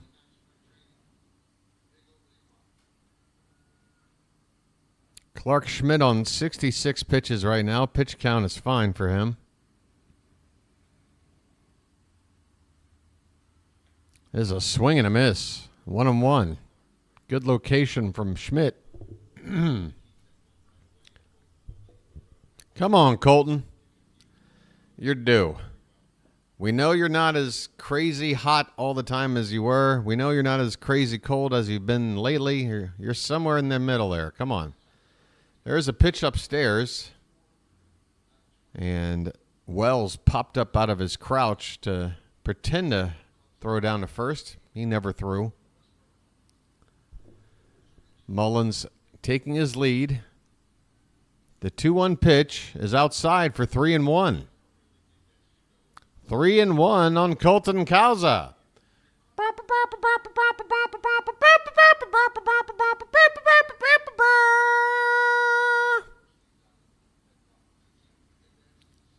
The 3-1.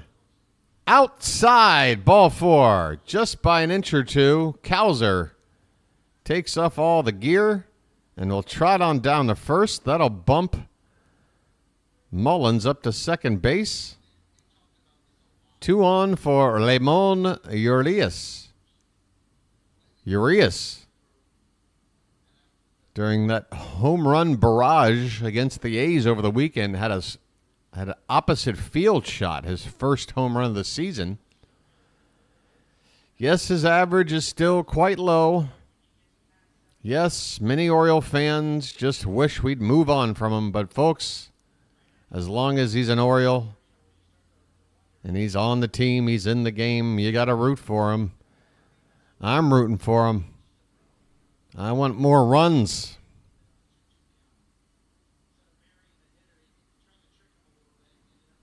Mullins at second, Cowsa at first. A bit of a delay. I'm not sure if that was I guess the catcher went out to talk to Schmidt. But we're about to get started here with the at-bat to Urias. 1 out. The pitch. Swing and a miss. High fastball. Urias chased.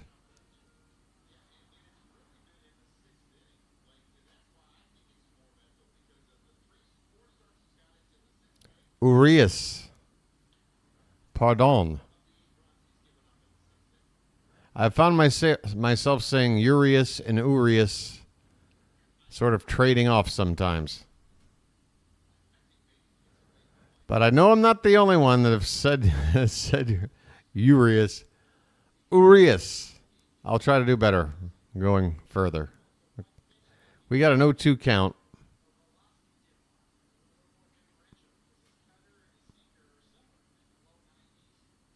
I know Joe Angel would be mad at me. Joe Angel would never mispronounce a Spanish name. He takes pride in it. This one is low and away, and it gets past into the backstop. Mullins will move to third. Cowsa up to second. A gigantic wild pitch here, as now 2 runners are in scoring position. There's only 1 out, which means that takes the double play out of order, and Mullins at third can score without the benefit of a hit. So Urias. The Yankees now have the infield in. The 1-2 is low and away. 2 balls and 2 strikes. All right, Urias. You've got one mission. Put the bat head on the ball. Just try to lift it over that infield into the outfield. Don't try to sky it. Just serve it. Serve it in the outfield. The 2-2 is popped up. Straight up. Foul ground, first base side, and Rizzo makes the catch. Urias pops out foul and a very big RBI spot. It's going to be up to Gunnar now, and with a base open, the pitching coach is going to come out to have a chat with Schmidt about what to do here.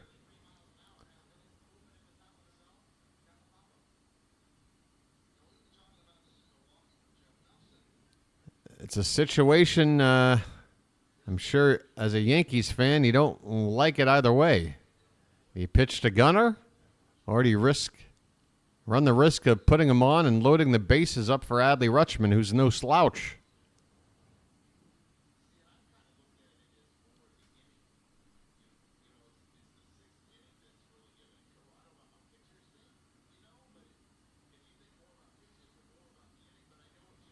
I would love a big 2-out hit. In fact, folks, with this sort of situation, I must return to the subscreen. Janet Hill, if you don't mind, Janet, let the new people here know how important it is to do this right now. First pitch to Gunnar. In there for a called strike. Here's the situation, folks. The Orioles are ahead 1-0. Gunnar with that leadoff homer, the only run of the ball game.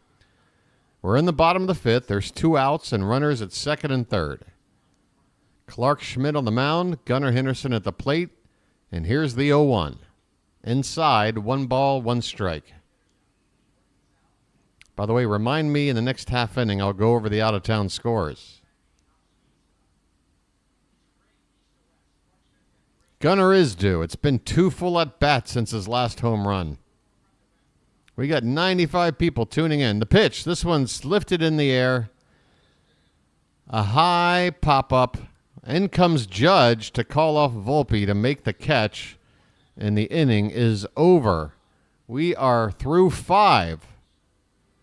The Orioles get 2 on, get to second and third with only 1 out, but cannot score. That's a tough one. That is a tough one. We have got to cash in those runners at third with less than 2 out in tight ball games against division rivals like this, coming off a series where we lost 2 out of 3. Come on, folks. Fundamentals. We go to the 6th. Let's take a look at those out-of-town scores. Not sure if it's a light night or a heavy night, Monday night in baseball. We have the Nationals currently ahead of the Marlins 3-0. The Royals and Blue Jays tied at 2 apiece in the third. Mets up 1-0 over the Cubs in the fifth. Just getting started, the White Sox already with 2 runs on the Twins. At the end of 1, the Rays, who got swept by the White Sox over the weekend, I believe. They're ahead 1-0 over the Brewers at the end of 1. And then everything else is later. Phillies and Angels, Braves and Mariners, Reds and Padres, Dodgers and Diamondbacks, Pirates and A's, and the Cardinals-Tigers game was postponed.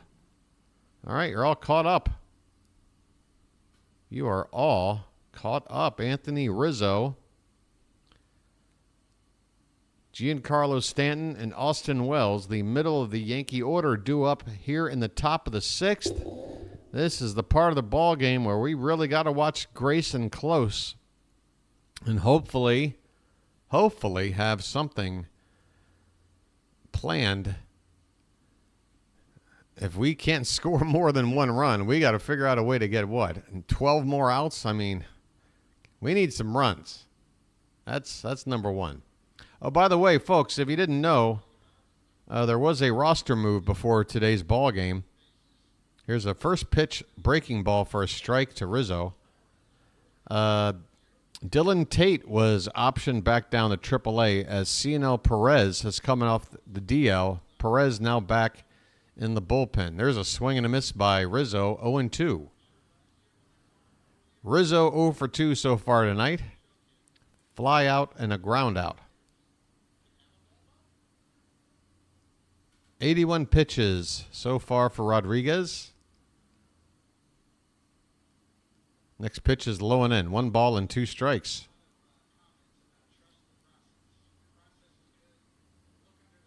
Everyone hit the like and subscribe. Janet, are you sure everyone? What if they've already subscribed? I'm just kidding, Janet. This one's fouled away, and it's 1-2. Yeah, if you've subscribed already, I don't know if you hit the button that undoes it, so don't do that. 1-2 the count. The pitch, that's low. 2-2.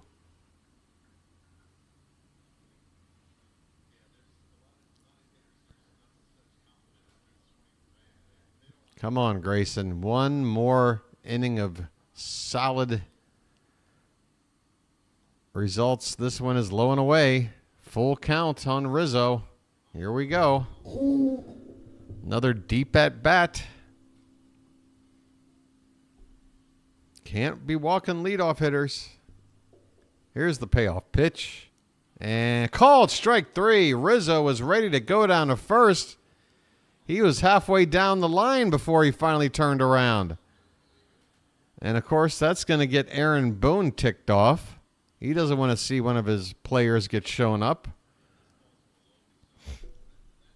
That ball looked about an inch or two below the zone.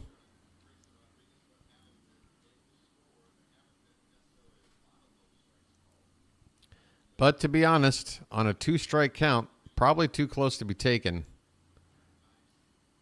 There's a first pitch strike there to Giancarlo Stanton. By the way, also props to Adley Rutschman for framing that pitch to get that strikeout.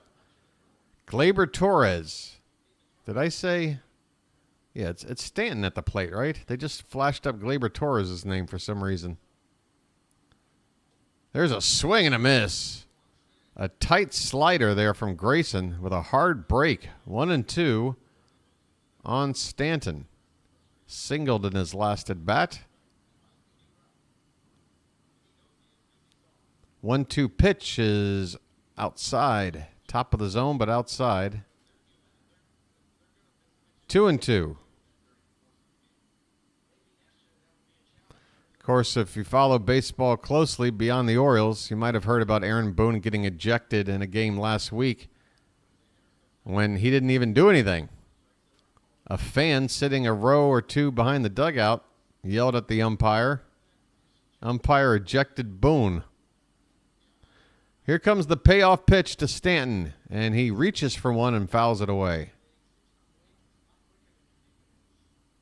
Rodriguez, that pitch count is now in the 90s. We need to get somebody up and loose.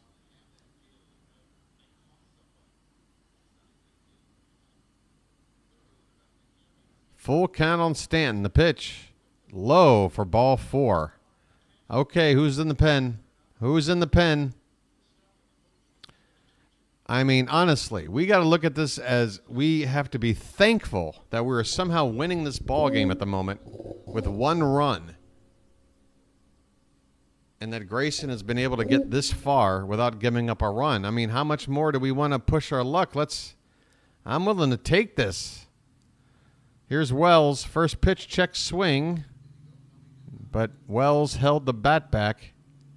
1-0. Runner at first, 1 out. Grayson about to throw pitch number 95. And another check swing on a pitch low. 2-0. There is the bullpen, and there's Cionel Perez. Speak of the devil. He is ready to return to action. We have a lefty at bat right now. I feel like he should have been ready for this. And there's a line drive over the glove of the second baseman for a base hit. They go to second, and they got him! Stanton is the slowest runner alive. Folks, you're going to be hearing about this one. Giancarlo Stanton forced at second base on a base hit to right field. How slow can you be? Stanton, for some reason, held back. Thought maybe Westberg could catch the ball. What a terrible read by Stanton. And we are all so very thankful for that absolute blunder of base running by Giancarlo Stanton. Didn't I tell you he was a liability on the base paths? Didn't your boy bring it up at the beginning of the ball game? And here it is coming into play. Listen to your boy. He knows his stuff.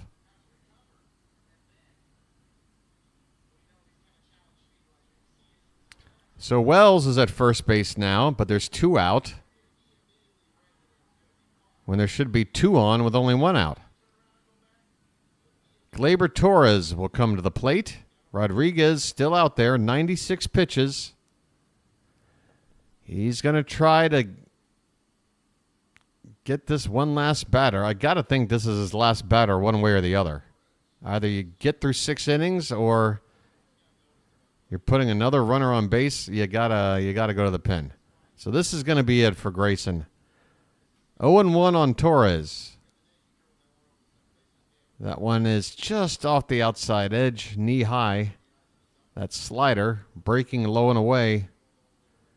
1-1 the count.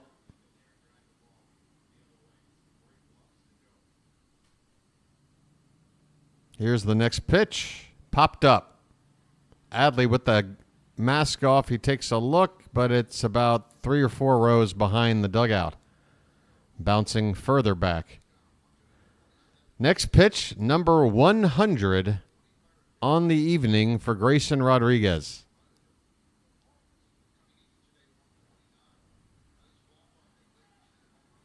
Does he have one more big pitch left in him? He's got 2 strikes on Torres. There is chanting in the crowd. The 1-2 pitch. Check swing in the dirt. 2-2. I cannot believe Stanton got forced out at second on a base hit. And, I've seen it before on a really hard hit ball that looked like it might get caught. But, that one, as soon as it was off the bat, I'm like, well, there's a base hit to right field. Next thing I know, Stanton isn't at second base. Here's a ground ball up the middle, a base hit. Torres with a solid single. And we need to go ahead and yank Grayson right here, right now. That's it. That's it. Oswaldo Cabrera, the next batter due. I've seen enough from Grayson, and so has Brandon Hyde. Here he comes. Grayson Rodriguez is going to exit the ball game.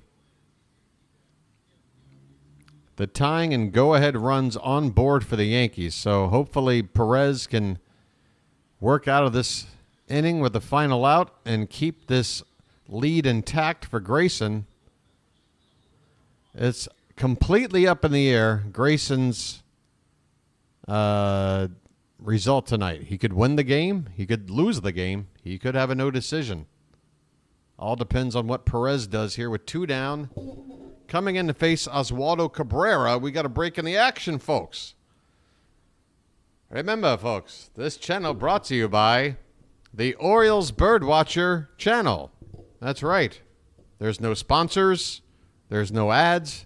There's no nothing. There's just one guy with limited resources living on the other side of the planet, waking up at the middle of the night to call every ball game to provide a community for Orioles fans across the world. How's that grab you? That's all I'm doing. Would you like to do something too? Sign up. I got to work on my salesman game. I don't know. I just want to make it sound somewhat unique and interesting every time. It's a long season, though. I don't know how your boy's going to do it. I really don't enjoy the shilling for subs thing, but, I've seen these YouTube channels. I know how it works. The second I stop talking about it, nobody signs up. Oh, I'm not a Superman at all. But we are making a Bell Atlantic call to the bullpen. Thank you, Janet. You think Stanton had too much pasta earlier? Best O's I've listened to in a long while. You mean as far as my calling the game? Well, thank you, Base. I'm doing fine. Maximus, I mean, look at these other compliments I'm getting. You're going to have to do better than fine. First pitch from Perez, a breaking ball, a slider that breaks in on the inside edge to Cabrera for strike one.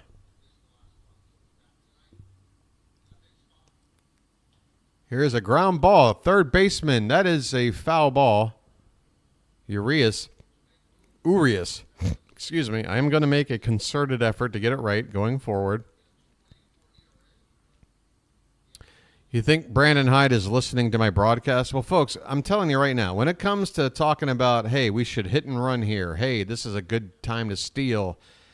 Hey, you should think about pulling this guy after this hitter. I mean, it's just something your boy just, I've got a knack for it. 0-2 the count.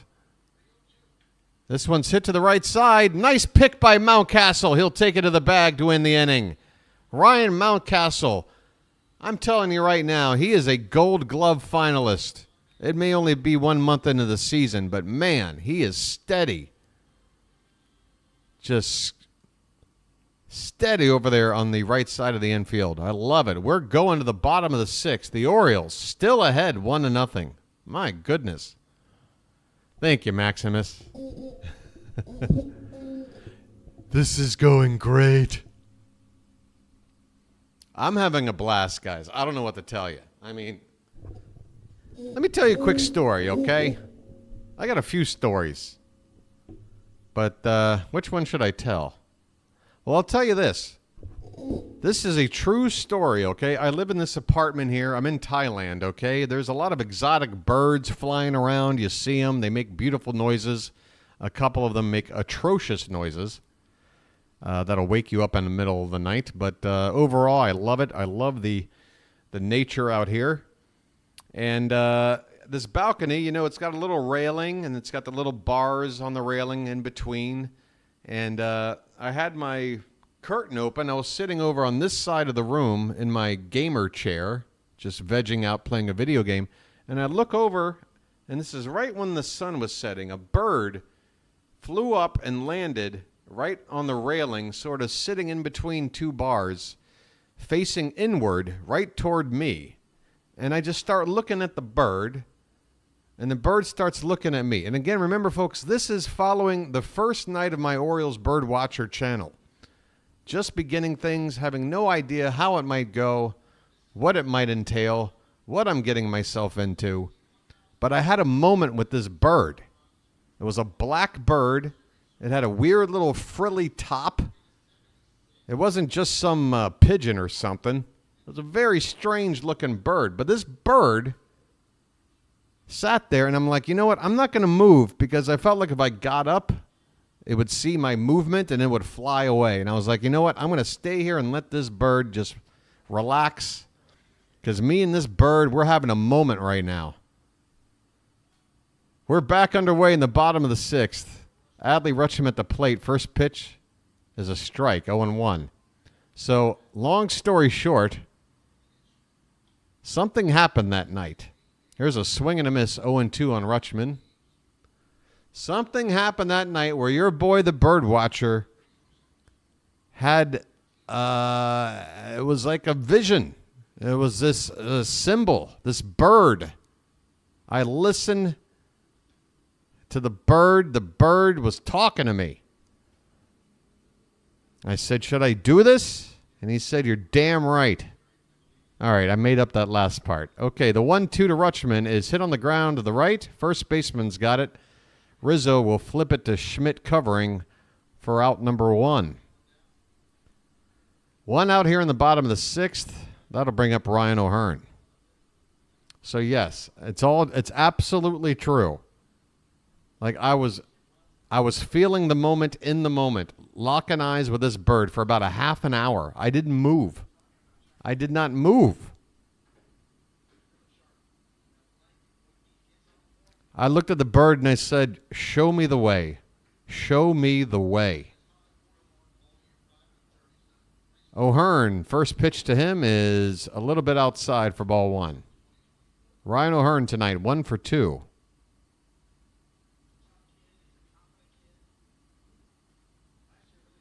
That's damn right. Here's the 1-0.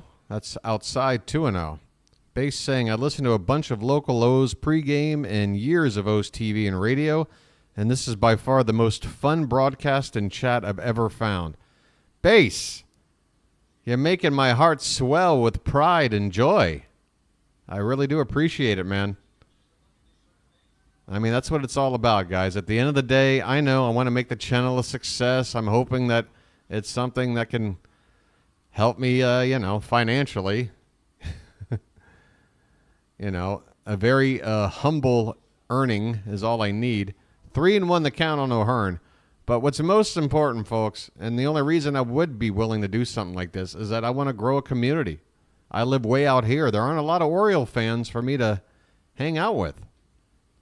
This one's off the plate. Ryan O'Hearn draws a 1-out walk. As Schmidt is now up to 87 pitches, and he may only have a couple of batters left in him.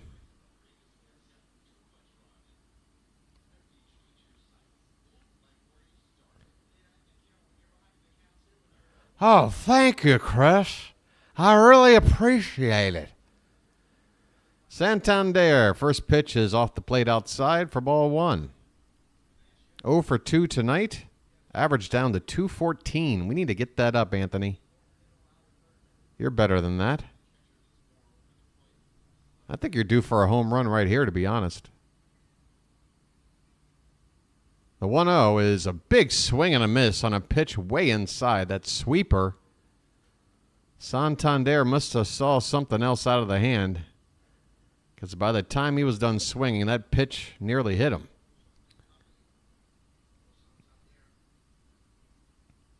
The 1-1. Another swing, and this time a foul back behind the plate. OBW had me rolling with his Harry Carey impression. That's a peyote kind of story. It is, the man. The only thing lacking in that story with me and the bird was some sort of psychedelic drug. That's the only thing that was missing.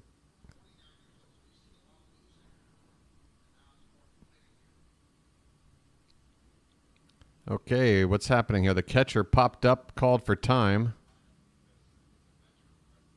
I think Schmidt wanted a new baseball. He's rubbing up the ball as we speak. 1-2 on Santander. 1 out, runner at first. The Orioles, please score more than 1 run tonight. This one's hit off the bottom of the bat. Santander just fouling that one off the fists.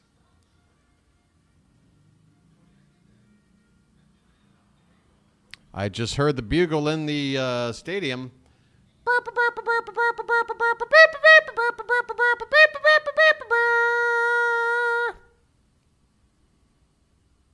The 1-2, swing and a miss. Santander chases one half a foot outside.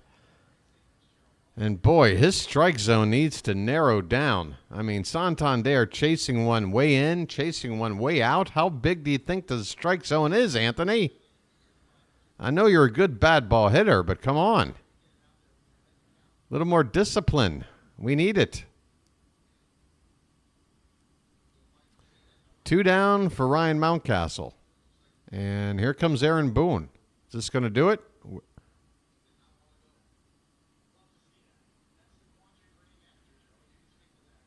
That's it. Clarke Schmidt is going to be taken out of the ball game. He gives up just that 1 run on the first batter he faced to Gunnar Henderson. Otherwise, can't argue with his results. 1 run on 3 hits through 5 2/3 innings. He will depart. Coming on for the Yankees, we've got a Santana. Is that Dennis? I want to say, yeah, Dennis Santana. Coming on with a 4.38 ERA. Right-handed pitcher.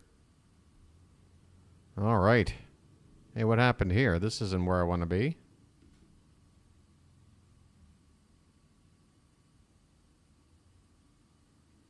There we go. And I'm going to run to the restroom for a quick break, folks. Don't worry. It's just a quick little drain of the old dragon. Be right back.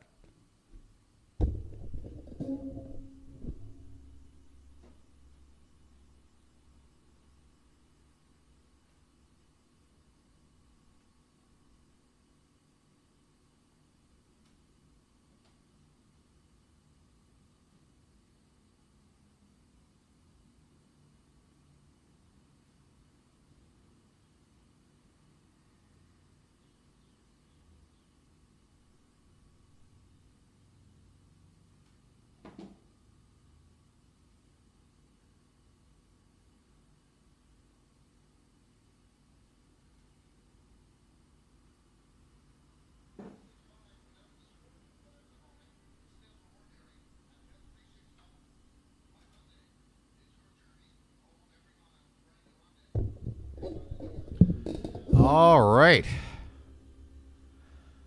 Bottom of the sixth, 2 out, and a new pitcher on the mound for the Yankees. Ryan Mountcastle at the plate with 2 down. Dennis Santana on the mound. And do we have a runner on base? I think we do. Yep, a runner at first. Okay, 2 down, runner at first. Bottom of the sixth. Santana versus Mountcastle. And the first pitch is swung on and missed. Big, healthy cut there by Mountie. Boy, Santana. This guy loves the tattoos. From neck down the arms. I never understood why you would want to, as a pitcher, this one's low and away to Mountcastle.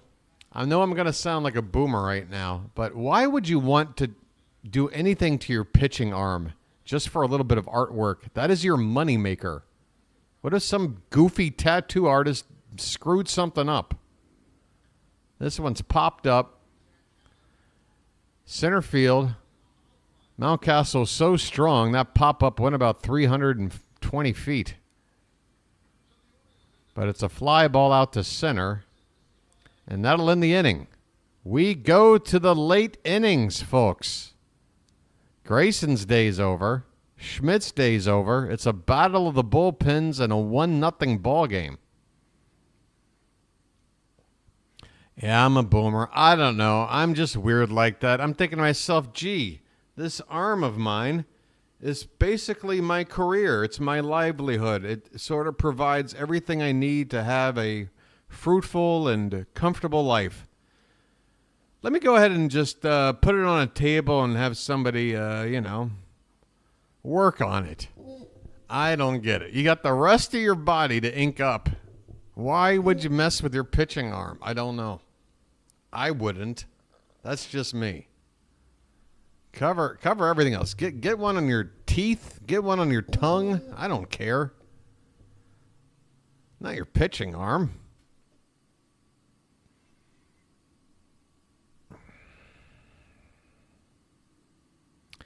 Wow, Paul checking in from Geneva. Any conventions over there? Sorry, bad joke. Yeah, there you go, folks. Another example of the global reach of the Orioles BirdWatcher channel. Good to have you, Paul. I'm chilling over here in Thailand. 7:24 a.m. And I am hoping I'm maybe about 45 minutes away from getting some breakfast. I am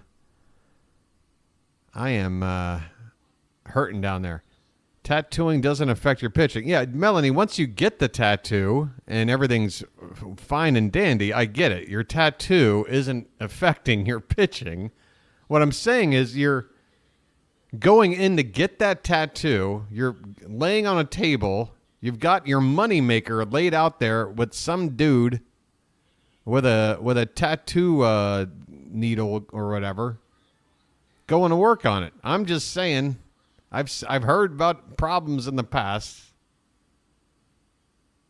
I just wouldn't touch my arm. That's just me.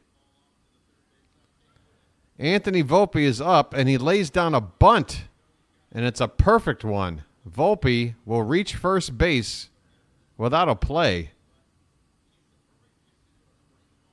So the Yankees have the leadoff man on with Soto up next. My goodness. Oh, excuse me. I got that completely wrong. Volpe's up to hit now. That was the number 9 hitter, Grisham. Grisham laid down the bunt. Without context, that sounds really bad at Orioles BirdWatcher. Well, my friend, if I'm going to talk for 3 hours a night, I'm sure I'm going to say several things that sound bad out of context. This one is fouled back. Count is still 0-2 on Volpe.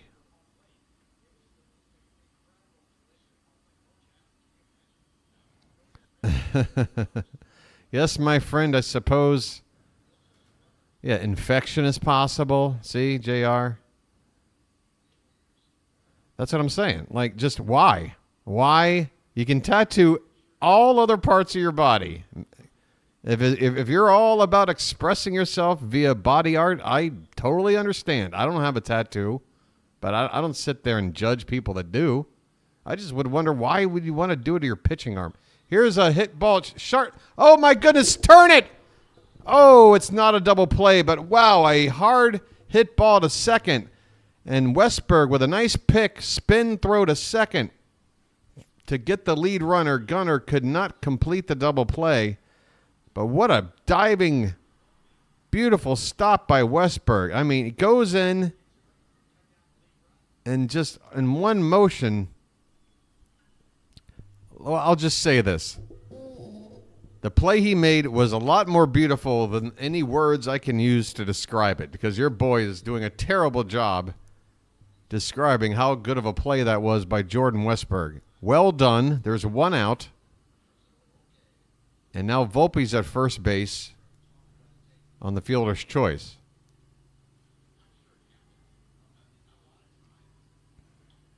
Here's a ground ball fouled at the plate by Soto.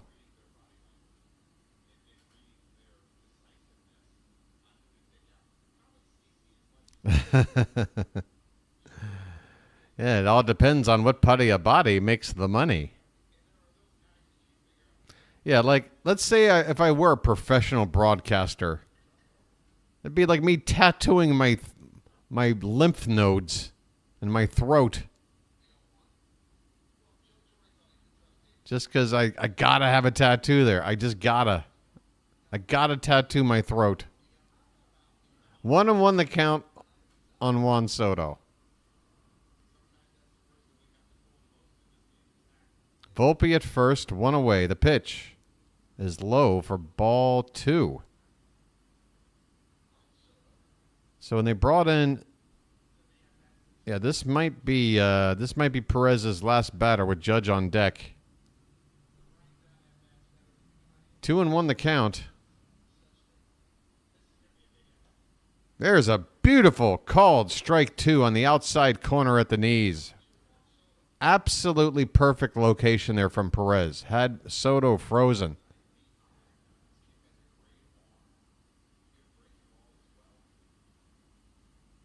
The 2-2 to Soto.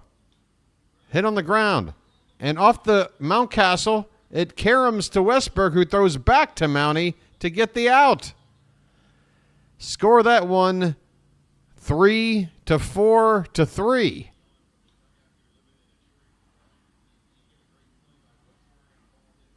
So even when Mountcastle can't pick it cleanly, he's able to touch it in a way where no damage done. All right. And as I thought, with with Judge due up next, Brandon Hyde is out. They're going to go to a right-hander here. Who do we want to see? They haven't announced it yet. Who do we want out here in the 7th with 2 out to face Aaron Judge? The options? Well, Dylan Tate's gone. If you say Mike Bauman, you lose a testicle. That leaves Jacob Webb, Yenier Cano, an unavailable Craig Kimbrel. And who am I missing here? It feels like Cano is going to be our de facto closer with Kimbrel unavailable. I would assume we have to go to Jacob Webb here. But, man, it feels like we've been using Webb a lot lately. But we can't go to Ballman, right? Who else is there? Aiken's a lefty. Who's left? Coulombe's a lefty. I think that's it. Aiken, Coulombe, Webb, Ballman, Cano, Kimbrel. Kimbrel unavailable. It's got to be Jacob Webb. It's got to be Jacob Webb. Let's see what this says. It's Cano. Hey, I got it wrong. Well, then who's going to be our closer if we go to the ninth inning with this game the way it is? Who do we go to in the ninth? Yohan Ramirez? That's the only other name I haven't mentioned. Yohan Ramirez, the closer? I mean, I guess it all depends. It all depends on where in the lineup the Yankees are going to be in the ninth inning. And, of course, we still have to have a lead. That's a long way to go. So maybe I'm worrying too much about something. Who knows? Hey, thanks, number 577 and 578. Do I hear 580? Okay, Cano is on the mound. And I guess you want him out there because you're facing Judge in a tough spot and you want your best arm. This one's hit in the air to right field on the first pitch. Judge is going to fly out to right field. Anthony Santander makes the catch in front of the track. Cano comes on and gets Judge on one pitch. That means he can go the entire eighth inning. We need you, Cano. Okay. Well, that was a good result. A one pitch out to get Judge to get out of the jam, keep the lead intact, and I'm assuming Cano is good for another full inning. It'll be lefty, righty, lefty due up. But that's the thing. I mean, do you then go to Coulombe in the eighth because you got 2 out of 3 lefties? You still got Coulombe in the mix.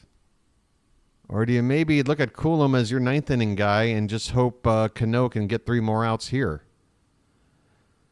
You know what would make all of this a lot easier? If the Orioles would score more than 1 run. Please. 1 run. Only 2 hits since. And I'm not sure either have been for extra bases. An O'Hearn single and a Westbird single where he got picked off immediately thereafter. So basically 2 hits. Come on, bats, wake up. Who's got the rum? Who took Joe Boo's rum? Give it back. It's time to wake up, bat. We'll have Mullins, Westberg, and Cowser due up in the bottom of the 7th. And, folks, I forgot. It's the 7th inning stretch, for crying out loud. Get those cakes on the griddle. Come on, people. What are we doing here? Get those cakes on the griddle. Ced Mullins is at the plate. Here we go, bottom of the 7th. And first pitch is high for ball 1.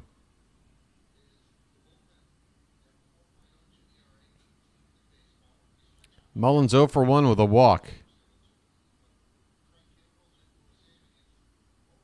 Here's a swing and a foul back behind the plate. Patrick, I agree. My friend, the more you say that, the more you're being the jinx. I would just drop the whole don't sing thing, my friend, because it's going to happen every game. This is popped up by Mullins on the infield, and the second baseman, Torres, makes the catch. 1 down here in the bottom of the 7th. Especially the 7th inning stretch, my friend. What are you... No singing during the 7th inning stretch? What is this? What kind of What kind of regime am I living under here? That's right. The Baltimore Blast are up on the New York Cosmos 1-0 in this late 70s soccer matchup. All right, Jordan Westburg at the plate. First pitch is a strike to him. Westburg 1 for 2 tonight. Next one is swung on and missed, 0-2.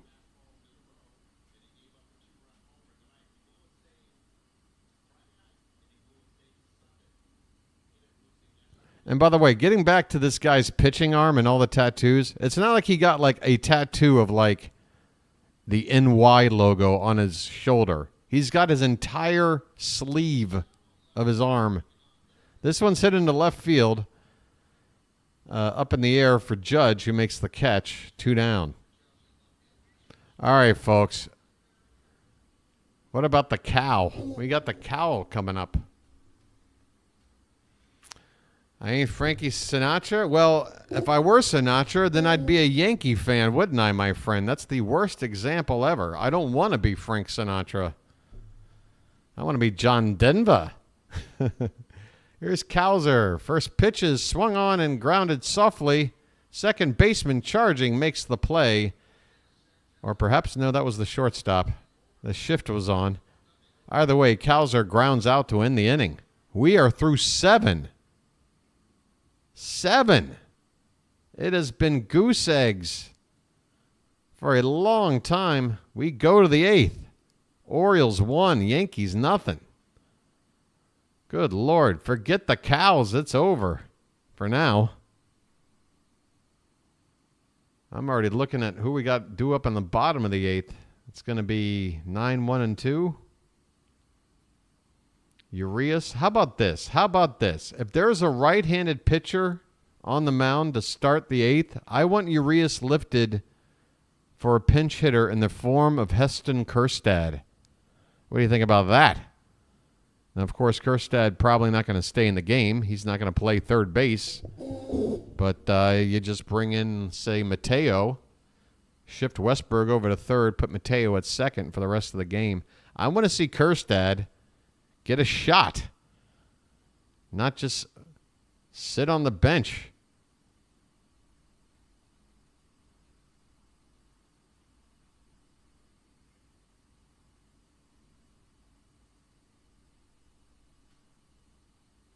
I mean, what are we asking from the kid? Hey, you're down there going crazy, just raking every day, game in, game out, going 3 for 5 with a couple of extra base hits. Why don't you come on up to the big club where you can just sit on the bench and average 1 at bat every other day? That's not going to help him. You expect him to give you that kind of production with that kind of lack of routine? It ain't happening, particularly for a young kid. There's only a handful of veterans that know how to work around that kind of situation. Okay, Rizzo at the plate to begin the top of the 8th. Cano on the mound. First pitch is ball 1. Rizzo 0 for 3 so far tonight. Thank you, JR. And this one's outside. 2-0 on Rizzo. Man, I don't like falling behind hitters in tight ball games. Stay ahead of these guys. 2-0 pitch on the outside corner. Called a strike. There you go, Yinier. Jacob Webb is getting loose. So there is the bridge.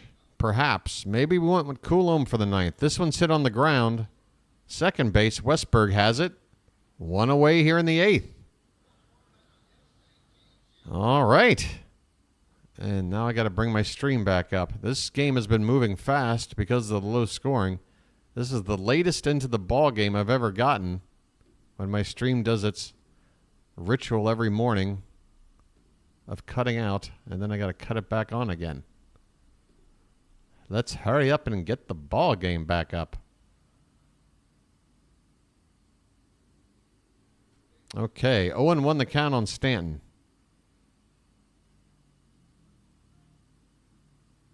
And the next pitch is inside 1-1.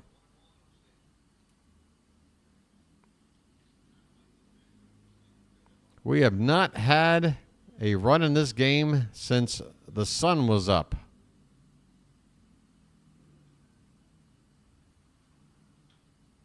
Chopped in front of Cano. It's a fair ball. He fields, throws, and he gets the slow-footed Stanton. Once again, the slow base running of Giancarlo Stanton working against the Yankees. That is a ball that is pretty much a swinging bunt that all but about 5 guys in baseball are going to beat out for a hit there. Stanton is one of the 5 that can't do it. 2 down, bases empty. And that'll bring up the catcher, Wells.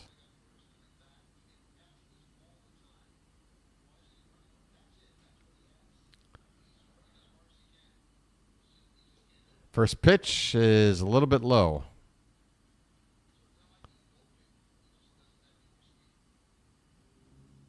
1-0 Orioles in the top of the 8th, 2 down for the Yankees. Bases empty. And the 1-0 to Wells is swung on and missed. That one dipped below the zone.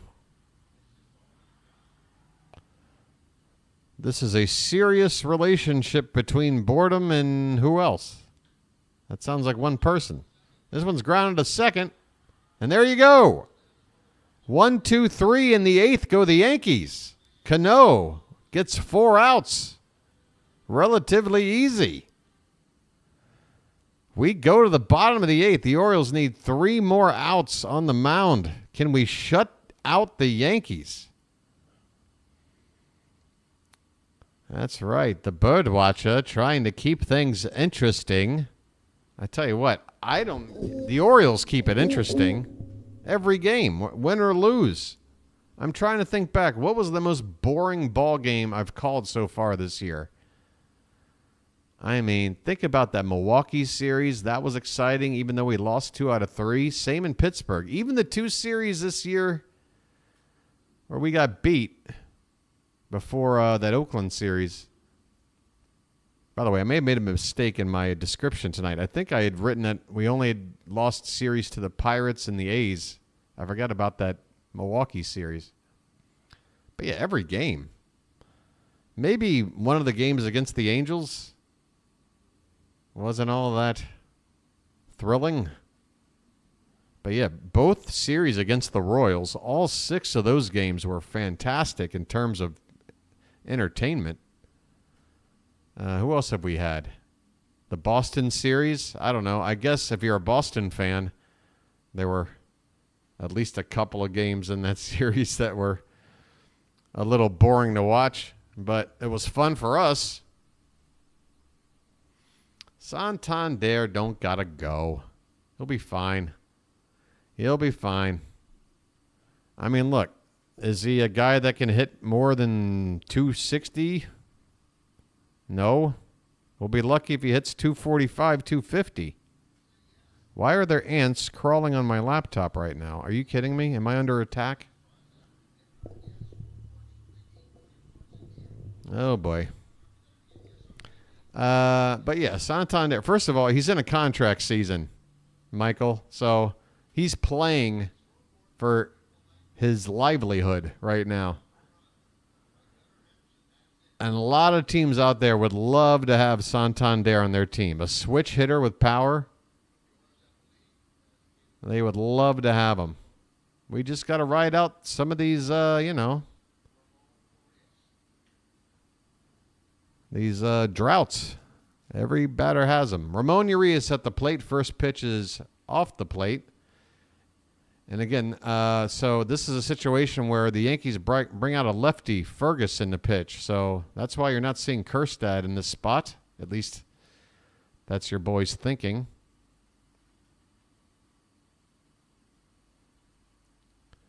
Yankees going to the lefty now, not really for the sake of Urias, but more so for what's up to after Gunnar Henderson and Adley Rutschman. Here's a swing and a miss, although Adley has been killing left-handed pitching so far this season. So really, This is a move to basically have a lefty on for Gunnar and nothing else.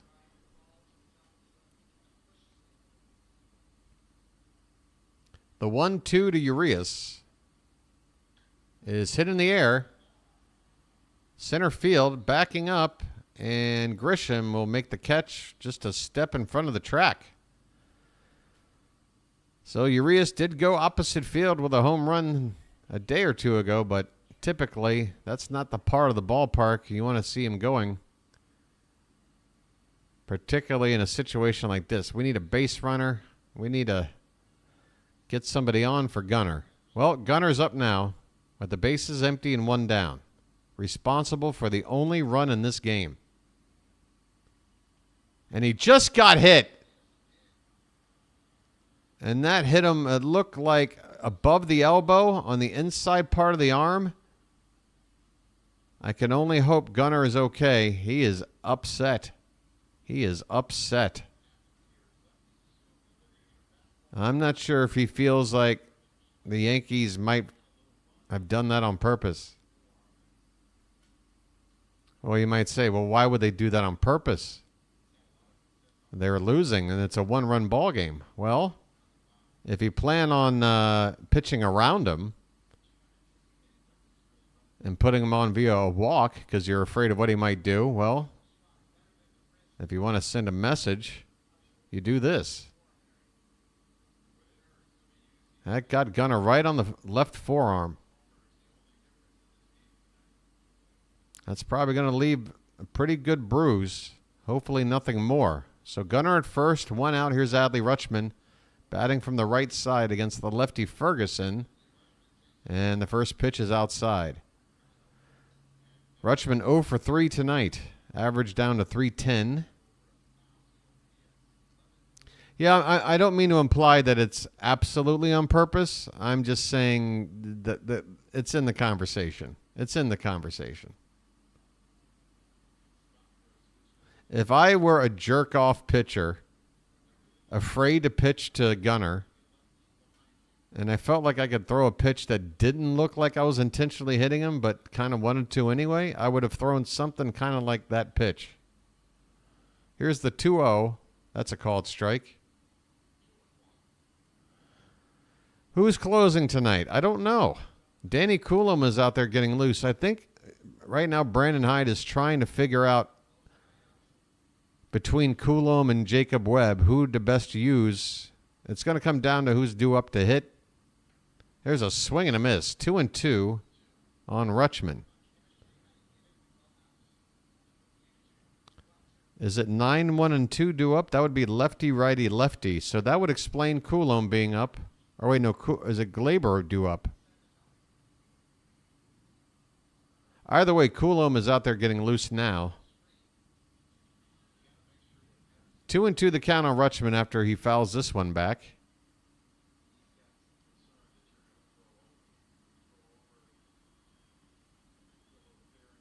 One out, bottom of the eighth. Gunnar Henderson at first base after being hit by a pitch. Rutschman at the plate with a 2-2 count. And the pitch. Lifted foul behind the plate. Excuse me. A little bit of a hiccup there.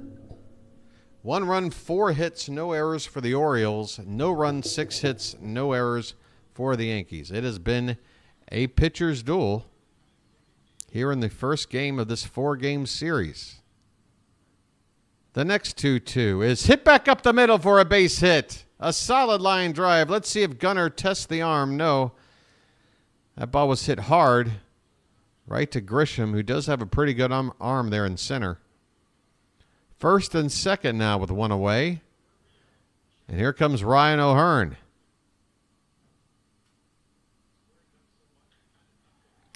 And whoever said Santander is washed up, well, he's on deck. How about we load him up for Anthony? Ryan O'Hearn at the plate. He has singled. He has walked. 1 for 2. Adley up to a 10-game hitting streak. Very nice. First pitch to O'Hearn is hit in the air, but he knew it that it was just going to be a routine fly ball. Soto makes the catch. Gunnar will tag, and he will get to third base. Gunnar loves to take a bag, even with 2 out. First and third, 2 down for Anthony Santander. And you know what? I'm showing my support for my boy. Tony Taters. There you go. Get some. Let's tater it up. Folks, over 100 people chilling. 111 with only 51 likes. Folks, there's no excuse. Let's get the likes up to 60. We got a pitching change happening right now. Anthony Santander waiting to see who he's going to hit against. So we have a pitching change, a break in the action, and a perfect time to pressure you. If you're watching along, folks, it's very simple, okay? I understand. I watch a lot of YouTube. I don't hit the like button on every video I watch, but I also don't watch a lot of live streams with small channels that are just getting their feet off the ground. I can't stress enough. It's not a waste of time to tap that thumb right below your screen, because here's what it does. It takes a little channel like mine, and it tells YouTube, hey, this guy's starting to get a little traction. There's people showing up. They're coming back. They're hitting the like button. The sub count's going up, and they look at all that, and they go, all right, why don't we put this guy's stuff up in somebody's recommends that might not have seen it before? Other baseball fans, other Baltimore people, whatever. That's what those likes are for. Just wanted to give it a quick explanation instead of just simply saying, hey, folks, hit that, smash that like button. There is a reason for it all. I get it. It might seem petty. Your boy doesn't enjoy talking about it every game. But we're on a mission. We're on a mission here at BirdWatcher headquarters. All right. New pitcher out on the mound for the Yankees. They're bringing out their closer. What in God's name? It's Holmes. Isn't Holmes the closer? Clay Holmes. Record of 1-0. 12 innings so far. ERA of 0. Anthony Santander from the left side of the plate takes outside for ball 1. And folks, on a situation like this, no spoilers. Whoa, look at that jump. Wow, I must have really sold you guys this time. I really appreciate it, guys. I do. Here's the 1-0 coming to Santander. Lifted foul behind the plate. Actually, might it stay in play? It bounces off the screen. Just out of the reach of Cabrera. My goodness. One more foot, and that would have been a cheap third out. I tell you what, in the days before that screen was installed, Volpe probably makes that catch. Or excuse me, is that Volpe or Cabrera? First and third, 2 down. The 1-1 to Santander is hit back up the middle, but Volpe, he boots the ball. He completely boots the ball. Gunnar Henderson will score, and the Orioles take a 2-0 lead on an absolute blunder by Anthony Volpe. It hits off the lip of his glove.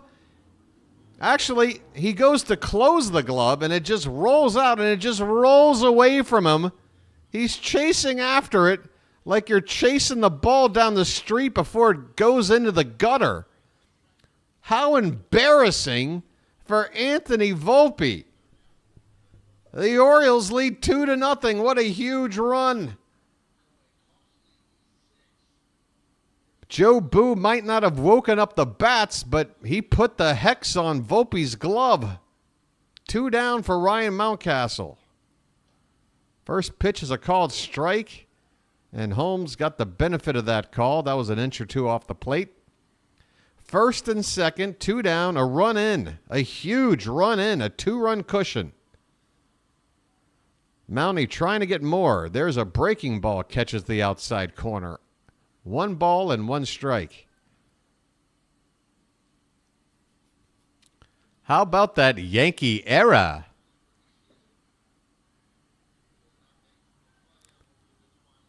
The 1-1. Swing, and was it a miss or a foul at the plate? Either way, it's 1-2. That is one thing your boy has trouble with. Those foul tips at the plate, or is it just a swing and a miss and the catcher drops the ball? 1-2 the count. 2 down. And the pitch is in the dirt, way outside. Wells did well to keep that ball in front of him.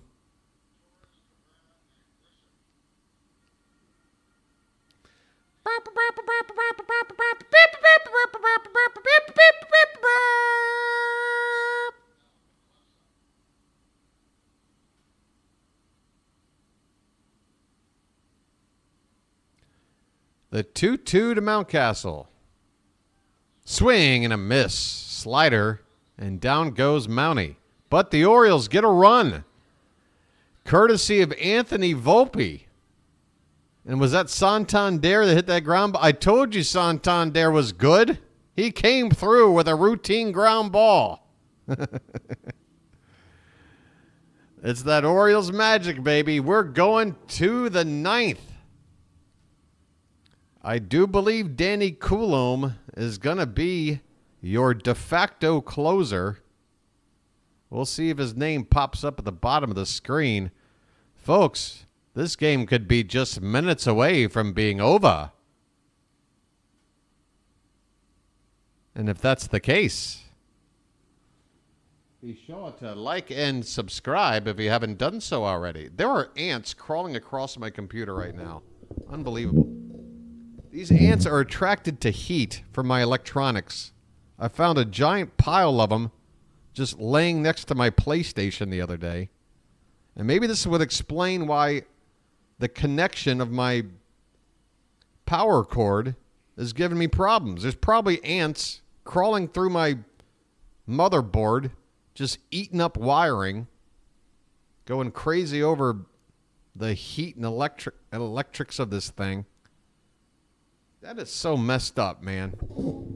Tell you what, Thailand has got some crazy stuff out here. They've got like 25 different kinds of ants. They got your typical, I want to find food, and if I find a crumb, I'm going to bring 100 of my friends type ants. Then you got like these migratory ants. They don't really bother you, but they're just constantly marching through your balcony or whatever, but they keep their space, I keep mine. Then you got these weird, they got fire ants. They get on you, they bite you, it stings. Then you got these heat ants. All right, whatever. 9th inning. Enough of all that. Yeah, I have a bug literally in my system right now. And now I'm at the point now where I feel like a Scanner Darkly. It's a Philip K. Dick novel. I've got itches where there's nothing itchy. Okay, here we go. Top of the 9th. Gleyber Torres, bottom of the order. First pitch. Cano is still out on the mound. I have to think he's out to face Torres and then they go to Coulombe. I don't know. He's already pitched an inning and a third. Has Cano. First pitch is ball 1. Next one is lifted foul. 1 ball and 1 strike. I was not expecting Cano to come out. He came in the 7th, pitched the 8th, and he's out there again in the 9th? How often has this happened? The 1-1 is lifted foul, 1-2. Yeah, Matt, it could go either way with Bradish or Cole Irvin being the Game 4 starter. After Albert Suarez got rocked in his last outing, they've got some decisions to make. All right, the 1-2 to Gleyber Torres on the way. That one's lined into center field for a base hit, a leadoff single for Torres. Okay, that's enough. Why is Cano out there? Just to face Torres? You better say that, because what is the other reason to bring him out for his third different inning?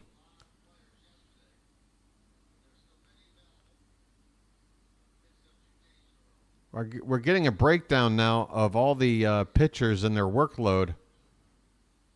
All right, here comes Danny Coulombe. Here we go. I don't agree with how we handled this. I don't agree with Brandon Hyde on handling this. I don't. I know it's easy to say now because Cano gave up that leadoff hit, and I understand that Hyde wanted him out there to face the righty before going to Coulombe.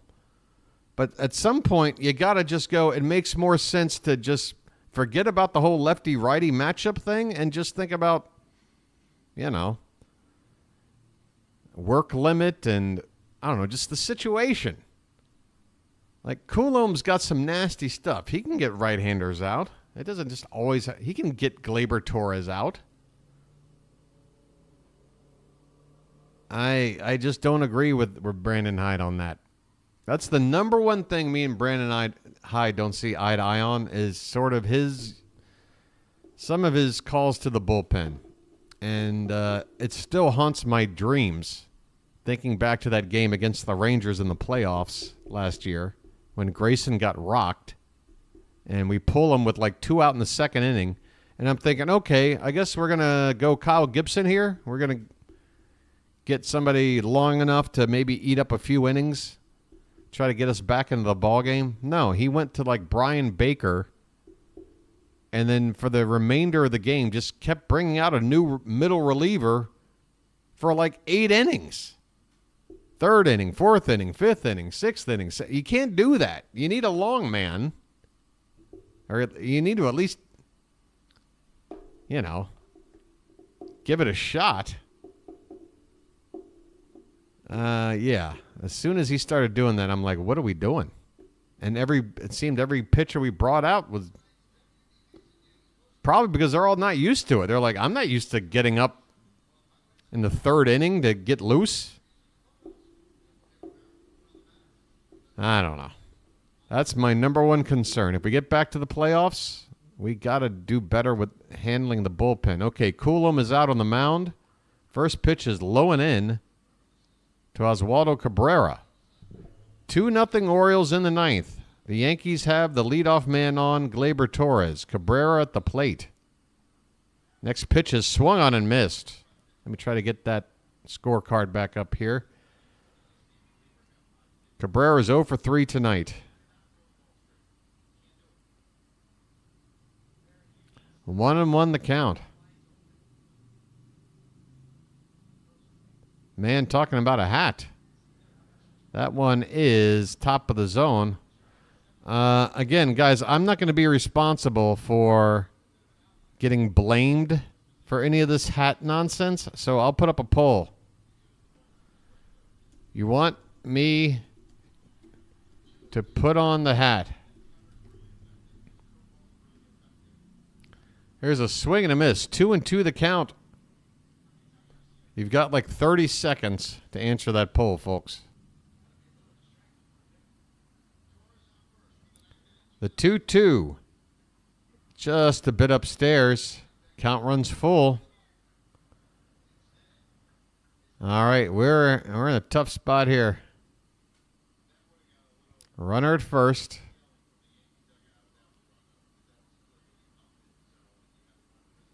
The payoff pitch is tapped foul behind the plate. Still 3-2.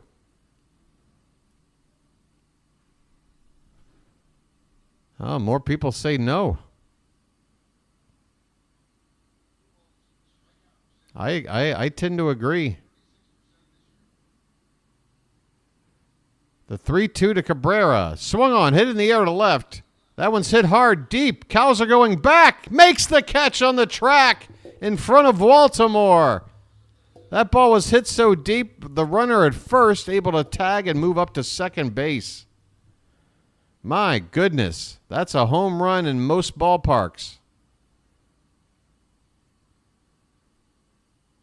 Trent Grisham at the plate.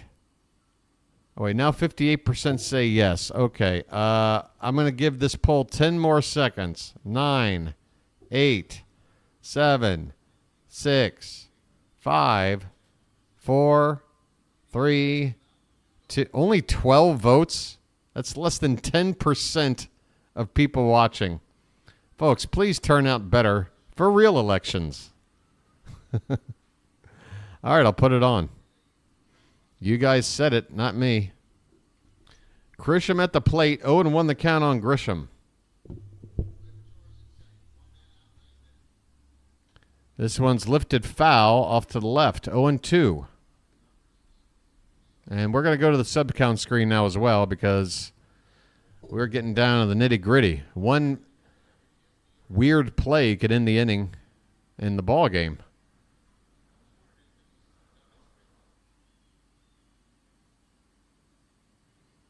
Oh and 2 the count on Grisham. He has a hit tonight, only his second of the season. There's a runner out there at second base, and thankfully he's not the tying run after the Orioles got that insurance run. This one's hit in the air to center. Mullins in his tracks is going to be there to make the catch. 2 down in the ninth. 2 down in the ninth, folks. If the Orioles can hang on, I want some of you non-subbers to thank your boy, the BirdWatcher, for bringing you this exclusive online play-by-play coverage of the game. Come on, man. Get in on that sub. 2 down in the ninth. Anthony Volpe up. 0 for 3 today. The first pitch. Breaking ball for a called strike.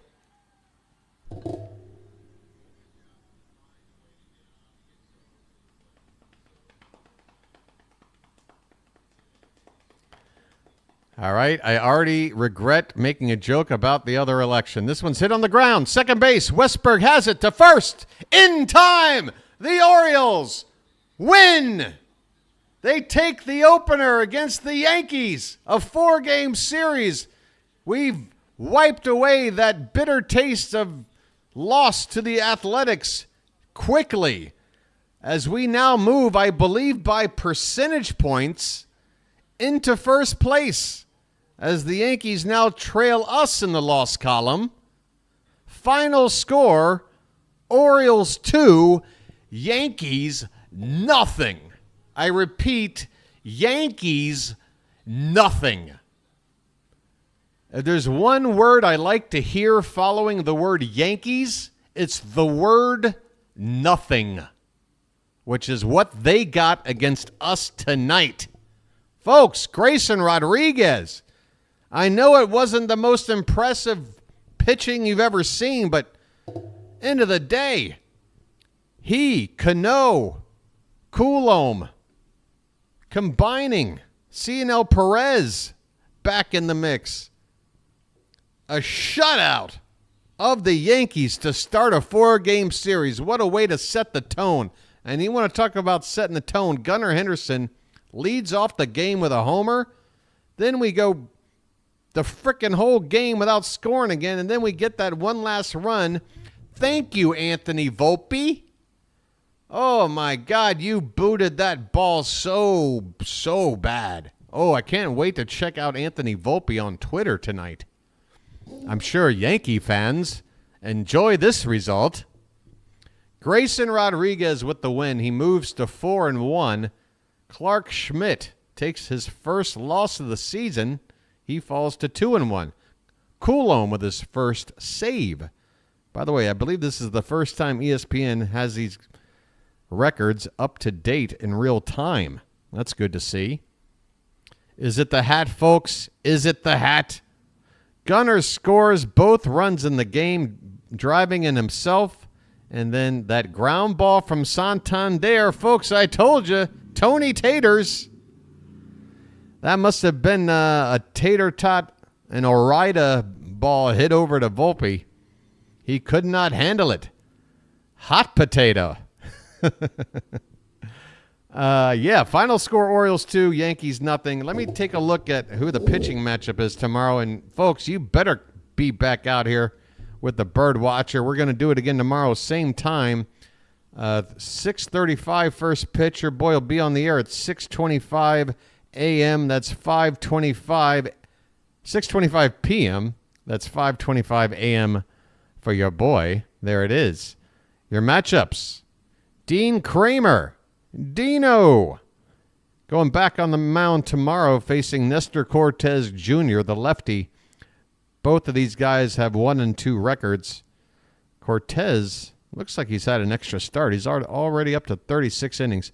They are both prone to giving up the home run ball. 5 homers given up by Perez or Cortez, and Kramer's given up half a dozen. So we saw a pitcher's duel tonight. It may not be the same again tomorrow. Tune in and find out. Folks, that'll do it from your boy. I hope you have a good rest of your Monday night. Come on back Tuesday night. We're going to do it again. Until then, I'll chirp at you later.